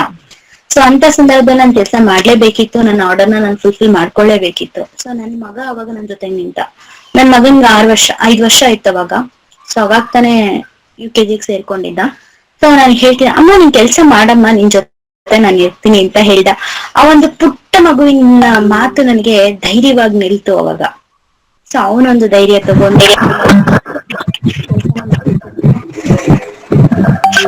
ನನ್ ಈ ಬಿಸ್ನೆಸ್ ಹಂಗೆ ನಡೀತಾ ಹೋಯ್ತು. ಅದಾದ್ಮೇಲೆ ನನ್ಗೆ ಡಿಪಾರ್ಟ್ಮೆಂಟ್ ಇಂದ ಕಾಲ್ ಬಂತು, ಇನ್ನು ಯಾಕೆ ಲೋನ್ ಆಗಿಲ್ಲ, ರೀಸನ್ ಏನು ಅಂತ ಕೇಳಿ. ದಿನದಿಂದ ದಿನಕ್ಕೆ ಚೇಂಜ್ ಆಗ್ತಾ ಇದಾರೆ, ನನಗ್ ಲೋನ್ ಸಿಗ್ತಾ ಇಲ್ಲ, ಏನ್ ಮಾಡೋದು ಗೊತ್ತಾಗ್ತಾ ಇಲ್ಲ ಅಂದೆ. ಆಗ ಒಬ್ರು ನನಗ್ ಸಲಹೆ ಕೊಟ್ರು, ನೀನ್ ಇವ್ರನ್ನೆಲ್ಲ ಕೇಳಿದ್ರೆ ಆಗಲ್ಲ, ಲೀಡ್ ಬ್ಯಾಂಕ್ ಅಂತ ಒಂದಿದೆ, ಆ ಬ್ಯಾಂಕ್ ಮ್ಯಾನೇಜರ್ ನೀನ್ ಮೀಟ್ ಮಾಡು ಅಂತ ಹೇಳಿ ಸಜೆಷನ್ ಮಾಡಿದ್ರು. ಅದಾದ್ಮೇಲೆ ನಾನು ಏನ್ ಮಾಡಿದೆ, ನನ್ನ ಪ್ರತಿಯೊಂದು ಡಾಕ್ಯುಮೆಂಟ್ ನ ತಗೊಂಡ್ ಹೋಗಿ ಲೀಡ್ ಬ್ಯಾಂಕ್ ಮ್ಯಾನೇಜರ್ ಮುಂದೆ ಕೂತೆ. ಅದನ್ನ ನಾನು ಯಾವತ್ತಿದ್ರು ಮರೆಯಲ್ಲ. ಸುಭಾಷ್ ಜೋಶಿ ಅಂತ ಹೇಳಿ ಲೀಡ್ ಬ್ಯಾಂಕ್ ಮ್ಯಾನೇಜರ್ ಅವಾಗ ಆ ಟೈಮ್ನಲ್ಲಿ ಇದ್ದವರು. ಸರ್ ಅಂದ್ರೆ ಕ್ಯಾಬಿನ್ ಒಳಗಡೆ ಕರೆದ್ರು. ಏನಮ್ಮ ಅಂದ್ರು. ಸರ್ ನಿನ್ ಜೊತೆ ಸ್ವಲ್ಪ ಮಾತಾಡ್ಬೇಕು ಅಂತ ಹೇಳಿದೆ. ಅಮ್ಮ ಕೂರು ಮಾತಾಡು ಅಂದ್ರು. ನನ್ನ ಡಾಕ್ಯುಮೆಂಟ್ ಅಷ್ಟು ಅವ್ರ ಮುಂದೆ ಇಟ್ಟೆ. ಅವ್ರು ನನ್ಗೊಂದ್ ಮಾತು ಹೇಳಿದ್ರು. ಯಾಕಮ್ಮ ಇದನ್ನೆಲ್ಲ ನನ್ ಮುಂದೆ ಇಡ್ತಾ ಇದ್ಯಾ ಅಂದ್ರು. ಸರ್ ನಾನೊಬ್ಳು ಹೆಣ್ಮಗ್ಳು, ನನ್ನ ಹತ್ರ ಮಾಂಟೇಜ್ ಕೊಡ್ಲಿಕ್ಕೆ, ಶ್ಯೂರಿಟಿ ಕೊಡ್ಲಿಕ್ಕೆ ಯಾರು ಇಲ್ಲ. ನಾನು ನನ್ ಮಗ ಜೀವನ ಮಾಡ್ಬೇಕು ಅಂತ ಅನ್ಕೊಂಡಿದೀವಿ. ಸುಮಾರು 1 ವರ್ಷದಿಂದ ನನ್ನ ಲೋನ್ ಪ್ರೊಸೆಸ್ ನಡೀತಾ ಇದೆ. ಇವತ್ತಿನವರೆಗೂ ಬ್ಯಾಂಕ್ ಅಲ್ಲಿ ನನ್ಗೆ ಯಾವ್ದೇ ರೀತಿ ರೆಸ್ಪಾನ್ಸ್ ಕೊಟ್ಟಿಲ್ಲ. ಇವನ್ ನನ್ನ ಕ್ಯಾಬಿನ್ ಒಳಗಡೆ ಕೂಡ ಅಲೋ ಮಾಡ್ತಾ ಇಲ್ಲ ಮ್ಯಾನೇಜರು. ಸೊ ನನಗೆ ಏನ್ ಮಾಡ್ಬೇಕು ನೀವೇ ಹೇಳಿ. ಬಂಡವಾಳ ತಂದು ಹಾಕೋ ಶಕ್ತಿ ನನಗಿಲ್ಲ. ಬಟ್ ನನ್ನಲ್ಲಿ ಒಂದು ಸ್ಕಿಲ್ ಇದೆ, ನನ್ಗೊಂದು ಐಡಿಯಾ ಇದೆ. ಇದು ಸಿಕ್ಕಿದ್ರೆ ಕಮ್ಮಿ ಅಂದ್ರೆ 5 ಜನಕ್ಕೆ ನನ್ ಕೆಲ್ಸ ಕೊಡಬಲ್ಲೆ, ಈ ನಂಬಿಕೆ ನನಗಿದೆ ಸರ್. ಈಗ ನಾನ್ ಏನ್ ಮಾಡ್ಬೇಕು ಅಂತ ಹೇಳಿ ಅವ್ರು ಯಾರೇ ಬ್ಯಾಂಕ್ ಮ್ಯಾನೇಜರ್ ಬಂದ್ರು, ನೆಕ್ಸ್ಟ್ ನನ್ನ ಪೊಸಿಷನ್ ಯಾರೇ ಮ್ಯಾನೇಜರ್ ಬಂದ್ರು ನಿಮಗ್ ಲೋನ್ ನ ರಿಲೀಸ್ ಮಾಡ್ತಾರೆ. ಟೆನ್ಷನ್ ಇಲ್ಲದೆ ನೀವು ಕೆಲಸ ಮುಗಿಸಿ EDP ಟ್ರೈನಿಂಗ್ ನ ಮುಗಿಸ್ಕೊಂಡು ಬಂದು ಸಬ್ಮಿಟ್ ಮಾಡಿ ನಿಮ್ಗೆ ಸರ್ಟಿಫಿಕೇಟ್ ನ, ನಿಮ್ಗೆ ಲೋನ್ ಆಗತ್ತೆ ಅಂತ ಹೇಳಿ ಧೈರ್ಯ ಕೊಟ್ರು ಮೇಡಮ್. ಸೊ ಅದಾದ್ಮೇಲೆ ನನ್ಗೆ 1 ವಾರಕ್ಕೆ ಚನ್ನಪಟ್ಟಣದಲ್ಲಿ ಟ್ರೈನಿಂಗ್ ಇನ್ಸ್ಟಿಟ್ಯೂಟ್ ನೇಮ್ ಮರ್ತೋಗಿದೆ, ಬಟ್ ನನ್ಗಲ್ಲಿ ಒಂದು ಟ್ರೈನಿಂಗ್ ಶುರು ಆಯ್ತು. 6 ದಿನಗಳ EDP ಕಾರ್ಯಾಗಾರ ನಡೀತು. ಅದರಲ್ಲಿ 3 ಜನ ಹೆಣ್ಮಕ್ಳಿದ್ವಿ, 25 ಜನ ಒಟ್ಟಿಗೆ ಟ್ರೈನಿಂಗ್ ನ ಮುಗಿಸ್ಕೊಂಡ್ವಿ. ಆ 25 ಜನದಲ್ಲಿ 3 ಜನ ಮಾತ್ರ ಲೇಡೀಸ್, ಇನ್ ಉಳಿದವ್ರು ಎಲ್ಲಾರು ಜೆಂಟ್ಸ್. ಸೊ ಅವ್ರು ಹೇಗೆ ಅಂದ್ರೆ ಈ ಟ್ರೈನಿಂಗ್ ಬೇಕೋ ಬೇಡವೋ ಅನ್ನೋ ರೀತಿ ಇದ್ರು. ಬಟ್ ನನಗ್ ಬಂದಂತ ಪ್ರತಿಯೊಬ್ಬ ವ್ಯಕ್ತಿನೂ ನನ್ಗಲ್ಲಿ ಒಂದೊಂದು ಬ್ಯಾಕ್ ಬೋನ್ ಗಳಾಗಿ ನಿಂತ್ರು. ನನ್ ಕಣ್ಣಿಗೆ ಅವ್ರು ಕಂಡಿದ್ದು ಹೇಗೆ ಅಂದ್ರೆ, ದೇವ್ರೇ ನನಗೆ ಇವ್ರನ್ನ ಸಹಾಯ ಕಳ್ಸಿದಾನೇನೋ, ಇವ್ರಗಳ ಸಹಾಯ ನನಗ್ ಸಿಗ್ತಾ ಇದೆ ಅನ್ನೋ ಒಂದು ಮನೋಭಾವ ಬಂತು ನನ್ಗೆ ಅವಾಗ. ಸೊ ಅಲ್ಲಿ ನನಗೆ ರಮೇಶ್ ಸರ್ ಅಂತ ಹೇಳಿ ಒಬ್ರು ಪರಿಚಯ ಆದ್ರು. ಅವ್ರನ್ನ ನನ್ನ ತಂದೆ ಅಂತ ಹೇಳಿದ್ರು ತಪ್ಪಿಲ್ಲ, ನಾನು ಅವ್ರನ್ನ ತಂದೆ ತರನೇ ನೋಡ್ತಾ ಇದ್ದೆ.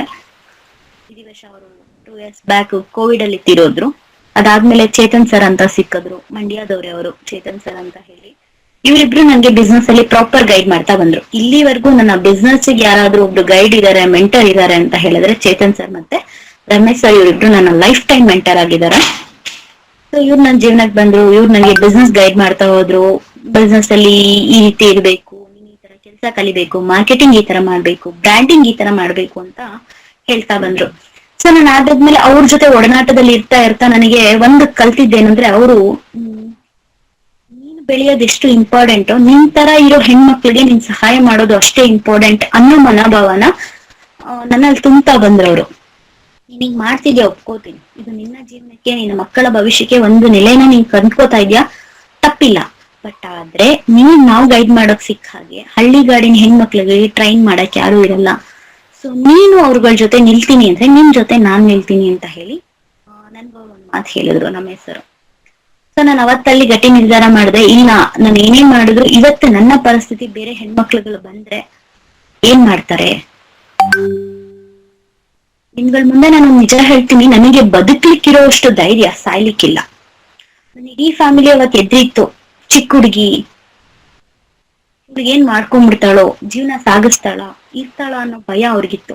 ನಾನು ಅವ್ರಿಗೆ ಒಂದೇ ಮಾತು ಹೇಳಿದ್ದು, ನನಗೆ ಬದುಕ್ಲಿಕ್ಕಿರೋ ಧೈರ್ಯದಲ್ಲಿ 1% ಕೂಡ ಸಾಯ್ಲಿಕ್ಕಿಲ್ಲ, ಚಿಂತೆ ಮಾಡ್ಬೇಡಿ, ನಾನ್ ಸಾಯಲ್ಲ ಅಂತ ಹೇಳಿ ಈ ನನ್ನ ಜರ್ನಿನ ಶುರು ಮಾಡ್ಕೊಂಡು ಬಿಸ್ನೆಸ್ ಜರ್ನಿನಲ್ಲಿ ಬಂದೆ.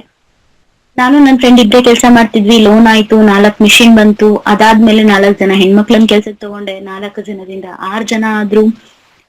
6 ಜನಕ್ಕೆ ಕೆಲಸ ನಡೀತಾ ಹೋಯ್ತು. ಇದಾದ್ಮೇಲೆ ನನ್ಗೆ ನಾನ್ ಟ್ರೈನಿಂಗ್ ತಗೊಂಡಂತ ಒಂದು ಸಂಸ್ಥೆ ಏನಿದೆ, ಸಿಡಾಕ್ ಸಂಸ್ಥೆ, ನನ್ನನ್ನ ಗುರ್ತಿಸಿ ಧಾರವಾಡಕ್ಕೆ ಕಳಿಸಿ ಮತ್ತೆ ಟ್ರೈನಿಂಗ್ ನ ಕೊಡ್ಸಿದ್ರು. 6 ದಿನಗಳ ಕಾರ್ಯಾಗಾರಕ್ಕೆ ಕಳ್ಸಿಕೊಟ್ರು ನನ್ಗೆ ಧಾರವಾಡ. ಅಲ್ಲಿ ಟ್ರೈನಿಂಗ್ ತಗೊಂಡ್ ಬಂದ್ಮೇಲೆ ನಾನು ಇನ್ನಷ್ಟು ಗಟ್ಟಿ ಆದೆ.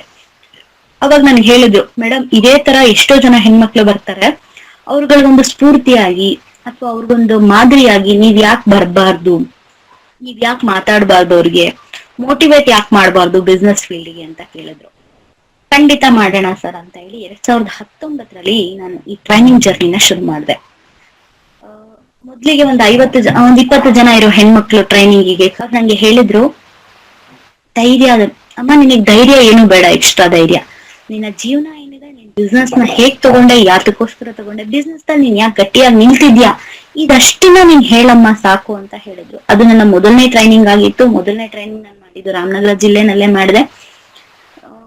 ನನ್ಗೆ ಅವಾಗ ಒಂದು ಗಟ್ಟಿ, ನಾನು ಮಾಡ್ಬಲ್ಲೆ, ನಾನು ಒಬ್ರ ಹತ್ರ ಮಾತಾಡ್ಬಲ್ಲೆ ಅನ್ನೋದು ಕಾನ್ಫಿಡೆಂಟ್ ಬಂತು. ಅದಾದ ನಂತರ 50 ಜನ ಹೆಣ್ಮಕ್ಳ ಜೊತೆ ನಾನು ಮಾತಾಡ್ದೆ, ಒಡನಾಟ ಬೆಳೆಸ್ದೆ. ಅದಾದ್ಮೇಲೆ ಕಾಲೇಜ್ಗಳಿಗೆ ಕರೆದ್ರು. ಮಕ್ಳಿಗೆ ಯಾವ ಇದು ಒಂದು ಕರೆಕ್ಟ್ ಏಜು, ಅವ್ರ ಎಜುಕೇಶನ್ ಕಂಪ್ಲೀಟ್ ಆದ್ಮೇಲೆ ಬಿಸ್ನೆಸ್ ಆರ್ ಜಾಬ್ ಅನ್ನೋ ಕ್ಲಾರಿಫಿಕೇಶನ್ ಇರಲ್ಲ ಅವ್ರಿಗೆ, ಒದ್ದಾಡ್ತಾ ಇರ್ತಾರೆ. ನನಗ್ ಜಾಬ್ ಸಿಗ್ಲಿಲ್ಲ, ನನಗ್ ಸ್ಯಾಲ್ರಿ ಆಗ್ಲಿಲ್ಲ, ನನ್ಗೆ ಒಳ್ಳೆ ಕಂಪ್ನಿ ಸಿಗ್ಲಿಲ್ಲ ಅಂತ ಕೊರಗ್ತಾರೆ ಮಕ್ಳು. ಸೊ ಅವ್ರಿಗೆ ಕೊರಗೋದ್ ಬೇಡ, ಅವ್ರಿಗೊಂದು ಗೈಡೆನ್ಸ್ ಬೇಕು, ಜಾಬ್ ಅವ್ರ ಬಿಸ್ನೆಸ್ ಅನ್ನೋ ಒಂದು ಕ್ಲಾರಿಟಿ ಬೇಕು ಅಂತ ಹೇಳಿದ್ರು. ತೊಂದ್ರೆ ಇಲ್ಲ ಸರ್, ಮಾಡೋಣ, ನಾನ್ ಬರ್ತೀನಿ, ನಾನ್ ಹೇಳ್ತೀನಿ ಅವ್ರಿಗೆ. ಎಜುಕೇಶನ್ ಇಸ್ ಅ ನಾಲೆಡ್ಜ್ ಅಷ್ಟೇನೆ, ಅದರಿಂದ ಜೀವನ ಅಂತ ಹೇಳೋದ್ ತಪ್ಪು ಅಂತ ಹೇಳಿ ಅದರ ಡಿಫ್ರೆನ್ಸಿಯೇಷನ್ಸ್ ನ ಕಾಲೇಜ್ಗಳಲ್ಲಿ ಕ್ಯಾಂಪಿಂಗ್ ಮಾಡೋ ಮುಖಾಂತರ ನಾನು ಸ್ಟಾರ್ಟ್ ಮಾಡಿದೆ ಟ್ರೈನಿಂಗ್ಸ್. ಸೊ ಇದೇ ತರ ಇಲ್ಲಿವರೆಗೆ ನನ್ನ ಒಂದು ಕೆರಿಯರ್ ಅಲ್ಲಿ, ಅಂದ್ರೆ ನನ್ನ ಈ ಒಂದು 4-5 ವರ್ಷದ ಏನಿದೆ, ಈ ಇಷ್ಟು ಕೆರಿಯರ್ ಅಲ್ಲಿ ಕಮ್ಮಿ ಅಂದ್ರೆ ಒಂದು 5,000 ಜನಕ್ಕೆ ಟ್ರೈನಿಂಗ್ಸ್ ನ ಕೊಟ್ಟಿದ್ದೀನಿ, ಮೋಟಿವೇಶನ್ಸ್ ನ ಮಾಡಿದೀನಿ. ಕಮ್ಮಿ ಅಂದ್ರೂ 40-50 ಕಾಲೇಜ್ಗಳಿಗೆ ಗೆಸ್ಟ್ ಆಗಿ ಹೋಗಿ ಟೀಚಿಂಗ್ಸ್ ನ ಕೊಟ್ಟಿದ್ದೀನಿ. ಅದಾದ್ಮೇಲೆ ಸಂಘಗಳಲ್ಲಿ ಹೆಣ್ಮಕ್ಳು ಇರ್ತಾರೆ, ಅವ್ರಿಗೆ ಏನಾದ್ರೂ ಮಾಡ್ಬೇಕು ಅಂತ ಕೇಳ್ತಾರೆ. ಸೊ ಅವರಿಗೆ ಅವ್ರು ಮಾಡುವಂತದ್ದು, ಅವ್ರ ಮನೆಯಿಂದನೇ ಹೊರಗೆ ಬರದೆ ಮನೆಯಲ್ಲಿ ಹೇಗೆ ಬಿಸ್ನೆಸ್ ನ ಮಾಡ್ಬೋದು, ಅವರ ಫ್ರೀ ಟೈಮ್ ಅಲ್ಲಿ ಹೇಗೆ ಬಿಸ್ನೆಸ್ ನ ಮಾಡ್ಬೋದು ಅಂತ ಹೇಳಿ ಟ್ರೈನಿಂಗ್ ನ ಕೊಡ್ಲಿಕ್ಕೆ ಶುರು ಮಾಡಿದೆ. ಹೀಗೆ ಕೊಡ್ತಾ ಕೊಡ್ತಾ ನನ್ಗೆ ಒಂದು ಕ್ವಶನ್ ಕೇಳಿದ್ರು ತುಂಬಾ ಜನ, ನೀವ್ ಇಷ್ಟೆಲ್ಲಾ ಮಾಡ್ತಿದ್ದೀರಾ, ನೀವ್ ಯಾಕೆ ಅವೇಕ್ ಸಂಸ್ಥೆನಲ್ಲಿ ಇಲ್ಲ? ಅವೇಕ್ ಅಂದ್ರೆ ಏನು? ನಾನ್ ಕೇಳ್ತಾ ಇದ್ದಿದ್ ಕ್ವಶನ್ ಅವ್ರಿಗೆ. ಅವ್ರು ನನ್ನ ಅವೇಕಲ್ಲಿ ನೀವ್ ಯಾಕಿಲ್ಲ ಅಂತ ಕೇಳ್ದಾಗೆಲ್ಲ ಕೇಳ್ತಿದ್ದೆ, ಅವೇಕ್ ಅಂದ್ರೆ ಏನು, ಯಾಕಲ್ಲಿಗೆ ಹೋಗ್ಬೇಕು ನಾನು ಅಂತ ಕೇಳ್ತಾ ಇದ್ದೆ. ಆಮೇಲೆ ನನಗೆ ಅಶ್ವಿನಿ ಸರ್ ಹೇಳಿದ್ರು ಕೂರಿಸ್ಕೊಂಡು, ಅವೇಕಂದ್ರೆ ಮಹಿಳಾ ಉದ್ಯಮಿಗಳ ಒಂದು ಸಂಗಮ, ಅದು ಸಂಸ್ಥೆ, ಅದು ಹೆಣ್ಮಕ್ಳಿಗೆ ಪ್ರೋತ್ಸಾಹ ಕೊಡುವಂತ ಸಂಸ್ಥೆ. ಆ ಸಂಸ್ಥೆನಲ್ಲಿ ನೀನ್ ರಿಜಿಸ್ಟರ್ಡ್ ಆಗು, ಅಲ್ಲಿ ನಿಂಗೆ ಬೆನಿಫಿಟ್ ಇದೆ, ಸೊ ನಿನ್ನ ಇನ್ನೂ ಗುರ್ತಿಸ್ತಾರೆ ಅಂತ ಹೇಳಿದ್ರು. ಹೌದಾ ಸರಿ ಹಾಗಾದ್ರೆ ಅಂತ ಹೇಳಿ 2021 ಡಿಸೆಂಬರ್ ಅಲ್ಲಿ ಹೋಗಿ ನಾನು ಜಾಯ್ನ್ ಆದೆ, ಅವೇಕ್ ಸಂಸ್ಥೆಗೆ ಜಾಯ್ನ್ ಆದೆ. ಅವೇಕ್ ಸಂಸ್ಥೆಗೆ ಜಾಯ್ನ್ ಆಗ್ಬೇಕಾದ್ರೆ ನನಗೆ ಅದಕ್ಕೆ ಮೂಲ ಕಾರಣ ಬಂದು ಡಿಸ್ಟ್ರಿಕ್ಟ್ ಇಂಡಸ್ಟ್ರಿ ಕಮಿಷನ್ಸ್ ಕಾಮರ್ಸ್ ಏನ್ ಬೋರ್ಡ್ ಇದೆ, ಅದ್ರ ಡೆಪ್ಯೂಟಿ ಡೈರೆಕ್ಟರ್ ದೊರೆ ಸರ್ ಅಂತ ಹೇಳಿ ಇಲ್ಲ ಅಂತ ಹೇಳಿ ನನ್ಗೆ ಅವೇಕ್ ಸಂಸ್ಥೆ ಕಾಂಟ್ಯಾಕ್ಟ್ ನ ಕೊಟ್ಟು ನನ್ನನ್ನು ಅಲ್ಲಿ ಕಳ್ಸಿ ಜಾಯಿನ್ ಮಾಡಿಸಿದ್ರು. ಅದಾದ್ಮೇಲೆ ಅವೇಕಲ್ಲೂ ಕೂಡ 3-4 ಪ್ರೋಗ್ರಾಮ್ಗಳನ್ನ ಮಾಡ್ಕೊಟ್ಟೆ. ಅವರು EDP ಟ್ರೈನಿಂಗ್ ಮಾಡ್ತಾ ಇದ್ರು, ಆ ಟ್ರೈನಿಂಗ್ ಗಳಿಗೆ ಮೋಟಿವೇಟರ್ ಆಗಿ ನಾನು ಹೋಗಿ ಕೆಲಸವನ್ನ ಮಾಡಿಕೊಟ್ಟೆ 3-4 ಬ್ಯಾಚ್ ಗಳಿಗೆ. ಇದಾದ್ಮೇಲೆ ಎಲ್ರು ನನಗೆ ಕೇಳಕ್ ಶುರು ಮಾಡಿದ್ರು, ಪ್ರಾಡಕ್ಟ್ ನ ಮ್ಯಾನುಫ್ಯಾಕ್ಚರ್ ಮಾಡ್ಬಿಡ್ತೀನಿ, ಅಕ್ಕಪಕ್ಕದವ್ರಿಗೆ ಕೊಟ್ಬಿಟ್ರೆ ನಮಗ್ ಸಾಲಲ್ಲ, ಏನ್ ಮಾಡೋದು ಮಾರ್ಕೆಟಿಂಗ್ಗೆ ಅಂತ ಹೇಳಿ. ಅಷ್ಟಲ್ಲಾಗ್ಲೇ ನಂದು ಒಂದು ಅಗರಬತ್ತಿ ಸಿಸ್ಟಮ್ ನಡೀತಾ ಇತ್ತು, ರಾಬತ್ತಿಗಳನ್ನ ಮಾತ್ರ ನಾನು ಮಾರ್ಕೆಟಿಂಗ್ ಮಾಡ್ತಾ ಇದ್ದೆ, ನಂದೇ ಆದಂತ ಬ್ರ್ಯಾಂಡ್ ಕ್ರಿಯೇಟ್ ಮಾಡಿರ್ಲಿಲ್ಲ ನಾನು. ಸೊ ಆ ಟೈಮಲ್ಲಿ ಕೇಳಿಸಿದಾಗ ನಾನು ಏನ್ ಮಾಡಿದೆ, ಕರೆಕ್ಟ್, ನಾನ್ ಯಾಕೆ ಫುಡ್ ಪ್ರಾಡಕ್ಟ್ಸ್ ನ ಶುರು ಮಾಡಬಾರ್ದು, ನಾನು ಫುಡ್ ಸೆಕ್ಟರ್ಗೆ ಎಂಟ್ರಿ ಕೊಟ್ಟೆ.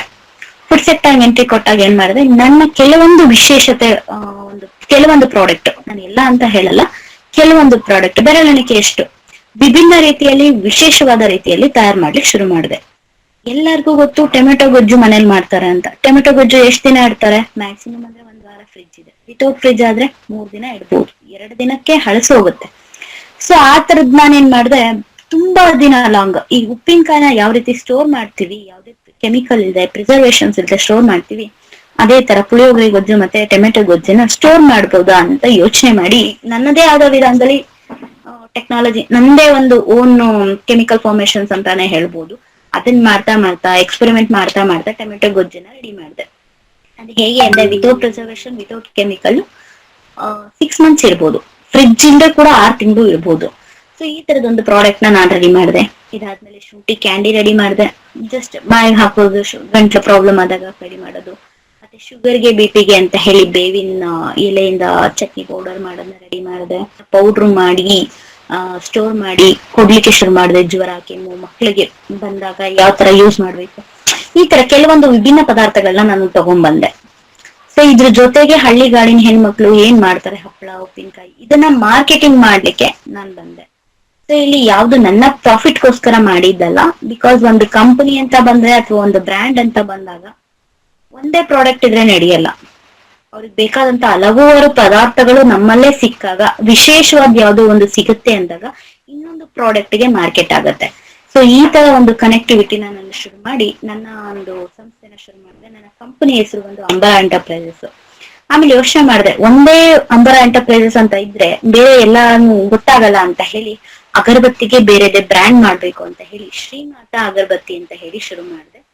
ಅದನ್ನ 2021ರಲ್ಲಿ ಸಿದ್ಧಗಂಗಾ ಮಠದಲ್ಲಿ ಶಿವಕುಮಾರ್ ಸ್ವಾಮೀಜಿಗಳ ಗದ್ದಿಗೆನಲ್ಲಿ ಶ್ರೀ ಸಿದ್ಧಲಿಂಗ ಸ್ವಾಮಿಗಳ ಕೈಲಿ ಲಾಂಚ್ ಮಾಡಿಸ್ದೆ. ಅವ್ರು ನಂಗೊಂದ್ ಮಾತು ಹೇಳಿದ್ರು ಅವಾಗ ಗುರುಗಳು ನನ್ಗೆ, ಲೋಕಾರ್ಪಣೆ ಏನೋ ಒಂದು ಮಾಡ್ತಾ ಇದ್ಯಾ, ಇವತ್ತು ನೀನ್ ಇಲ್ಲಿ ಇರ್ಬೋದು, ಮುಂದೊಂದ್ ದಿನ ಎಲ್ರಿಗೂ ಕತ್ತೆತ್ತಿ ನೋಡೋ ಮಟ್ಟಕ್ಕೆ ನೀನ್ ಬೆಳಿಬೋದಮ್ಮ, ಆ ಭಗವಂತನ ಆಶೀರ್ವಾದ ನಿನ್ಗಿದೆ, ನೀನ್ ಮುಂದೆ ಹೋಗು ಅಂತ ಹೇಳಿದ್ರು. ಏನೋ ಒಂದು ಛಲ, ಏನೋ ಒಂದು ಬಲ, ಅವರ ಮಾತುಗಳಿಂದ ನನ್ನಲ್ಲಿ ನನ್ಗೆ ಯಾವ್ದೋ ಒಂದು ಹೊಸ ಹುರುಪು ಬಂತು. ಅದಾದ್ಮೇಲೆ ನೆಕ್ಸ್ಟ್ 1 year ಅಲ್ಲಿ ನಾನು ಫುಡ್ ಪ್ರಾಡಕ್ಟ್ಸ್ ನ ಶುರು ಮಾಡಿದೆ. ಫುಡ್ ಪ್ರಾಡಕ್ಟ್ಸ್ ಗೆ ಹಿಂಗೆ ಹೆಸರು ಹುಡುಕ್ತಾ ಇದ್ದೆ. ಸೊ ನಂದು ಒಂದು ಬಿಸ್ನೆಸ್ ಟೀಮ್ ಇದೆ, ಈ ಕರ್ನಾಟಕ ಅಲ್ಲ, ತಮಿಳ್ನಾಡು, ಆಂಧ್ರ, US, ರಷ್ಯಾ ಎಲ್ಲದಿಂದ ಒಂದು ಟೀಮ್ ಇದೆ. ಬಿಸ್ನೆಸ್ ಸಕ್ಸಸ್ ಮಂತ್ರ ಅಂತ ಹೇಳಿ ಒಂದು ಟೀಮ್ ಇದೆ, BSM ಗ್ರೂಪ್ ಅಂತ ಕರಿತೀವಿ. ಆ ಗ್ರೂಪ್ ನಲ್ಲಿ ನನಗೆ ಹಲವಾರು ಜನ ಸಿಕ್ಕಿದ್ರು. ಕೆಮಿಕಲ್ ಟೆಸ್ಟರ್ ಸಿಕ್ಕಿದ್ರು, ಟೇಸ್ಟ್ ಆಡಿಟರ್ ಸಿಕ್ಕಿದ್ರು, ಬಿಸ್ನೆಸ್ ಗೈಡರ್ ಸಿಕ್ಕಿದ್ರು, ಮೆಂಟರ್ ಸಿಕ್ಕಿದ್ರು, USL ಬಿಸ್ನೆಸ್ ಮಾರ್ಕೆಟಿಂಗ್ ಮಾಡೋರು ಸಿಕ್ಕಿದ್ರು, ತುಂಬಾ ಜನ ಸಿಕ್ಕಿದ್ರು. ಅವರೆಲ್ಲ ನಂಗೆ ಸಜೆಸ್ಟ್ ಮಾಡ್ತಾ ಹೋದ್ರು. ಅವರು ನನ್ನನ್ನ ಮನೆ ಮಗಳ ತರ ಟ್ರೀಟ್ ಮಾಡಕ್ ಶುರು ಮಾಡಿದ್ರು. ಅವ್ರು ನನಗೆ ಹೇಳಿದ್ರು, ನೀನ್ ಯಾಕೆ ತವರು ಮನೆ ಅಂತ ಹೆಸರಿಡಬಾರ್ದು ಫುಡ್ ಪ್ರಾಡಕ್ಟ್ಸ್ ಗೆ ಅಂತ ಹೇಳಿ. ನಾನು ಯೋಚನೆ ಮಾಡಿದೆ, ಕರೆಕ್ಟ್, ಕ್ಯಾಚಿ ಆಗಿದೆ ಅಲ್ವಾ, ನೀವು ಡಿಫ್ರೆಂಟ್ ಆಗಿದೆ, ಎಲ್ಲೂ ಇಲ್ಲ ಈ ತರದ್ದು. ಹೆಣ್ಮಕ್ಳುಗಳಿಗೆ ತವ್ರ ಮನೆ ಅಂದ್ರೆ ತುಂಬಾ ಇಷ್ಟ.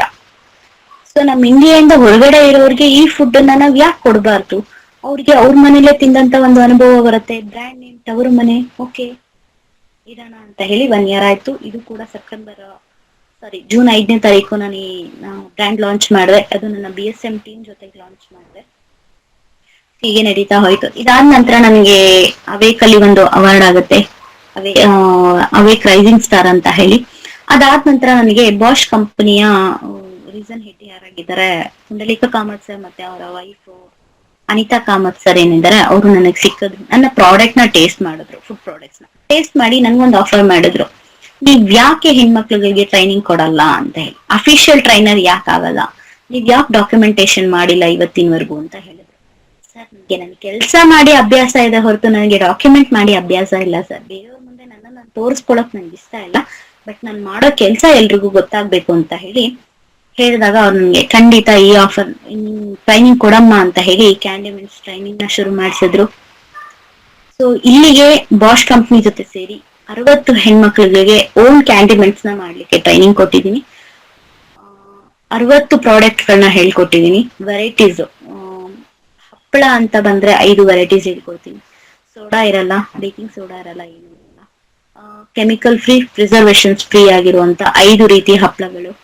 ಈ ಕುರ್ಕುರೆಗೆ ಏನು ಹೈಜಿನಿಕ್ ಇಲ್ದೇ ಇರೋ ಪ್ರಾಡಕ್ಟ್ಸ್ ಆಚೆ ಸಿಗುತ್ತೆ, ಅದರ ರಿಲೇಟೆಡ್ ಮನೆಯಲ್ಲಿ ಏನ್ ಮಾಡ್ಬೋದು, ಹೆಲ್ತಿಯಾಗಿ ಏನ್ ಮಾಡ್ಬೋದು ಅನ್ನೋ ತರ ಒಂದಷ್ಟು ತರಕಾರಿಗಳಿಂದ ಮಾಡುವಂತ ಪ್ರಾಡಕ್ಟ್ ಗಳನ್ನ ಹೇಳ್ಕೊಟ್ಟೆ. ಚಟ್ನಿ ಪುಡಿಗಳು ಹೇಳ್ಕೊಟ್ಟೆ, ಮಸಾಲಾ ಐಟಮ್ಸ್ ಹೇಳ್ಕೊಟ್ಟೆ, ಒಂದಷ್ಟು ಸ್ಪೆಷಲ್ ಪ್ರಾಡಕ್ಟ್ಸ್, ಟೊಮೆಟೊ ಗೊಜ್ಜು, ನಿಪ್ಪಟ್ಟು, ಕ್ಯಾಂಡಿಗಳು, ಇದನ್ನ ಬಿರಿಯಾನಿ ಗ್ರೇವಿ, ಈ ತರದ್ದು ಇನೋವೇಟಿವ್ ಪ್ರಾಡಕ್ಟ್ ಗಳನ್ನ ನಾನು ಹೇಳ್ಕೊಟ್ಟೆ 50 ಹೆಣ್ಮಕ್ಳಿಗೆ.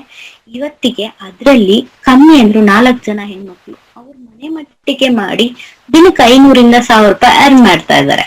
ಸೊ ನನಗೆ ಖುಷಿ ಆಗತ್ತೆ ಆ ಹೆಣ್ಮಕ್ಳು ನನ್ಗೆ ಇದನ್ನ ಹೇಳಿದಾಗ, ಮೇಡಮ್ ಇಲ್ಲ ನೀವು ಕಲ್ಸ್ಕೊಟ್ಟಿದ್ದೀರ, ನನ್ಗೆ ತುಂಬಾ ಹೆಲ್ಪ್ ಆಯ್ತು, ಬರೀ 100 ರೂಪಾಯಿ ಬಂಡವಾಳ ಹಾಕಿ 500 ರೂಪಾಯಿ ಲಾಭ ತಗೊಂಡೆ ಅಂದಾಗ ನಿಜವಾಗ್ಲೂ ಖುಷಿ ಆಗತ್ತೆ. ಈ ತರದ್ದು ಹೆಣ್ಮಕ್ಳು ಮಾತುಗಳನ್ನ ನಾನು ಇನ್ನೂ ಹೆಚ್ಚೆಚ್ಚು ಕೇಳ್ಬೇಕು ಅಂತ ಹೇಳಿ ನಾನು BSM ಅಲ್ಲಿ ಯಾವಾಗ್ಲೂ ಹೇಳ್ತಾ ಇರ್ತೀನಿ, ಮಾತಾಡ್ತಾ ನಮ್ಮ ಟೀಮ್ ನಲ್ಲಿ, ಸರ್ ಇವತ್ತು ನಾನು ಏನ್ ಮಾಡಿದೀನಿ ನನಗೆ ಗೊತ್ತಿಲ್ಲ, ಇವತ್ತಿಗೆ 500 ಜನಕ್ಕೆ ಕೊಟ್ಟಿದ್ದೀನೋ 1000 ಜನಕ್ಕೆ ನಾನು ಟ್ರೈನಿಂಗ್ ಕೊಟ್ಟಿದ್ದೀನೋ ಗೊತ್ತಿಲ್ಲ, ಬಟ್ ನನ್ ಗೋಲ್ ಇರೋದು 2030 ಒಳಗಡೆ ಏನಿದೆ ಅಲ್ಲಿ ಕಮ್ಮಿ ಅಂದ್ರೆ 1000 ಜನ ಹೆಣ್ಮಕ್ಳು, ಅವ್ರು ಇನ್ನ 1000 ಜನ ಹೆಣ್ಮಕ್ಳಿಗೆ ಟ್ರೈನಿಂಗ್ ಕೊಡೋ ಅಷ್ಟು ಕೆಪಾಸಿಟಿ ಬರೋ ಹಂಗೆ ನಾನು ಅವ್ರನ್ನ ಟ್ರೈನ್ ಮಾಡ್ಬೇಕು, ಅವ್ರ ಜೊತೆ ನಾನು ಇರ್ಬೇಕು, ಇದಷ್ಟೇ ನನ್ ಡ್ರೀಮ್ ಸರ್ ಅಂದೆ.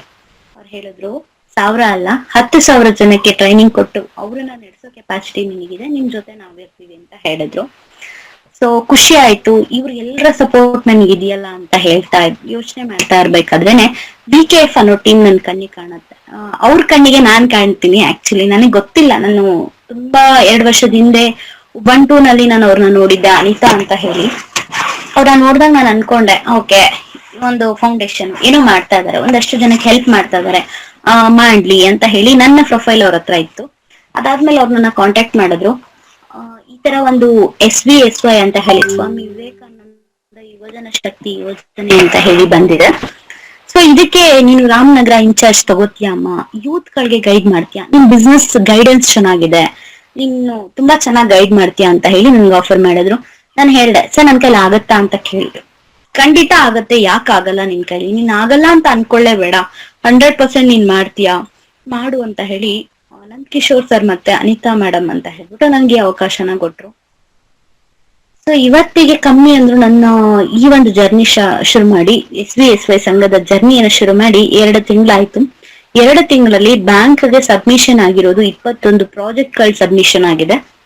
5 ಲಕ್ಷ ರೂಪಾಯಿ ಗವರ್ಮೆಂಟ್ ಇಂದ ಅಮೌಂಟ್ ಬರುತ್ತೆ. ಆ ಅಮೌಂಟ್ ನ ಆ ಗ್ರೂಪಿಗೆ ತಲುಪಿಸುವಂತ ಜವಾಬ್ದಾರಿ ನಂದು. ಅದಾದ್ಮೇಲೆ ಅವ್ರ ಬಿಸ್ನೆಸ್ ನ ಹೇಗ್ ನಡೆಸ್ಬೇಕು ಸರ್, ಯುವ ಶಕ್ತಿನೇ ನಮ್ ದೇಶದ ಆಸ್ತಿ ಅಂತ ಹೇಳ್ಬೋದು. ಅವರು ಬೇರೆ ಕಡೆ ಹೋಗಿ ಬೇರೆ ಕೆಲಸಗಳನ್ನ ಮಾಡೋದ್ರಿಂದ ಬೇರೆ ದೇಶಗಳಿಗೆ ದುಡ್ಡು ಹಾಕ್ತದೆ ಹೊರತು ನಮ್ ಇಂಡಿಯನ್ ಎಕಾನಮಿ ಡೆವಲಪ್ ಆಗ್ತಾ ಇಲ್ಲ. ಯೂತ್ಗಳು, ಯುವಜನ ಶಕ್ತಿ ಏನಿದೆ ಅದು ಸಬಲೀಕರಣಗೊಂಡ್ರೆ ನಮ್ ದೇಶ ಇಂಪ್ರೂವ್ ಆಗುತ್ತೆ. ನಮ್ ದೇಶ ಬೇರೆ ಎಲ್ಲದಕ್ಕಿಂತ ಒಂದು ಮಟ್ಟಕ್ಕೆ ಹೆಚ್ಚೇ ಇರ್ಬೋದು. ನಾವ್ ಹಿಸ್ಟ್ರಿ ಓದ್ತಾ ಇರ್ತೀವಿ, ನಮ್ ದೇಶ ಅಷ್ಟು ಶ್ರೀಮಂತವಾಗಿತ್ತು, ಎಲ್ಲಾ ಬಂದ್ ಕೊಳ್ಳೆ ಹೊಡೆದ್ರು ಅಂತ ಹೇಳ್ತೀವಿ. ಸರ್ ಇವಾಗ ನಾವ್ ಹೋಗಿ ಬೇರೆ ದೇಶಗಳ ಗುಲಾಮ್ರಾಗ್ತಿದೆ ಹೊರತು ದೇಶದಿಂದ ಅವ್ರು ನಮ್ಮನ್ ಬರ್ತಾ ಇಲ್ಲ ಸರ್. ಸೊ ಹೀಗೆ ನಾವು ಏನಿದೆ ನಮ್ಮ ದೇಶವನ್ನ ಸಬಲೀಕರಣಗೊಳಿಸ್ಕೋಬೇಕು ಅನ್ನೋ ಒಂದು ಕಾರಣಕ್ಕೆ ಯುವ ಶಕ್ತಿಗೆ ಏನ್ ಮಾಡ್ಲಿಕ್ಕೆ ಸಾಧ್ಯ, ಅವ್ರನ್ನ ಒಂದು ಎಂಟರ್ಟೈನ್ ಮಾಡಿ ಅವ್ರಿಗೊಂದು ಗೈಡ್ ಮಾಡ್ತಾ, ಬಿಸ್ನೆಸ್ ಗೈಡೆನ್ಸ್ ಕೊಡ್ತಾ, ಬಿಸ್ನೆಸ್ ಸ್ಟಾರ್ಟ್ಅಪ್ ಮಾಡೋದು ಹೇಗೆ, ಕ್ಯಾರಿ ಮಾಡೋದು ಹೇಗೆ, ಇದ್ರಲ್ಲಿ ನಾವು ನಿಲ್ಲೋದು ಹೇಗೆ ಅನ್ನೋದನ್ನ ಗೈಡ್ ಮಾಡ್ತಾ ಇಲ್ಲಿಗೆ 21 ಪ್ರಾಜೆಕ್ಟ್ ಗಳು ಸಬ್ಮಿಷನ್ ಆಗಿದೆ. 21ರಲ್ಲಿ ಮುಂದಿನ ತಿಂಗಳು 4 ಯೂನಿಟ್ ಸ್ಟಾರ್ಟ್ ಆಗ್ತಾ ಇದೆ. ಸ್ಟೇಟ್ ಗವರ್ಮೆಂಟ್ ಇಂದ ಆಗಿರುವಂತ ಫಂಡಿಂಗು.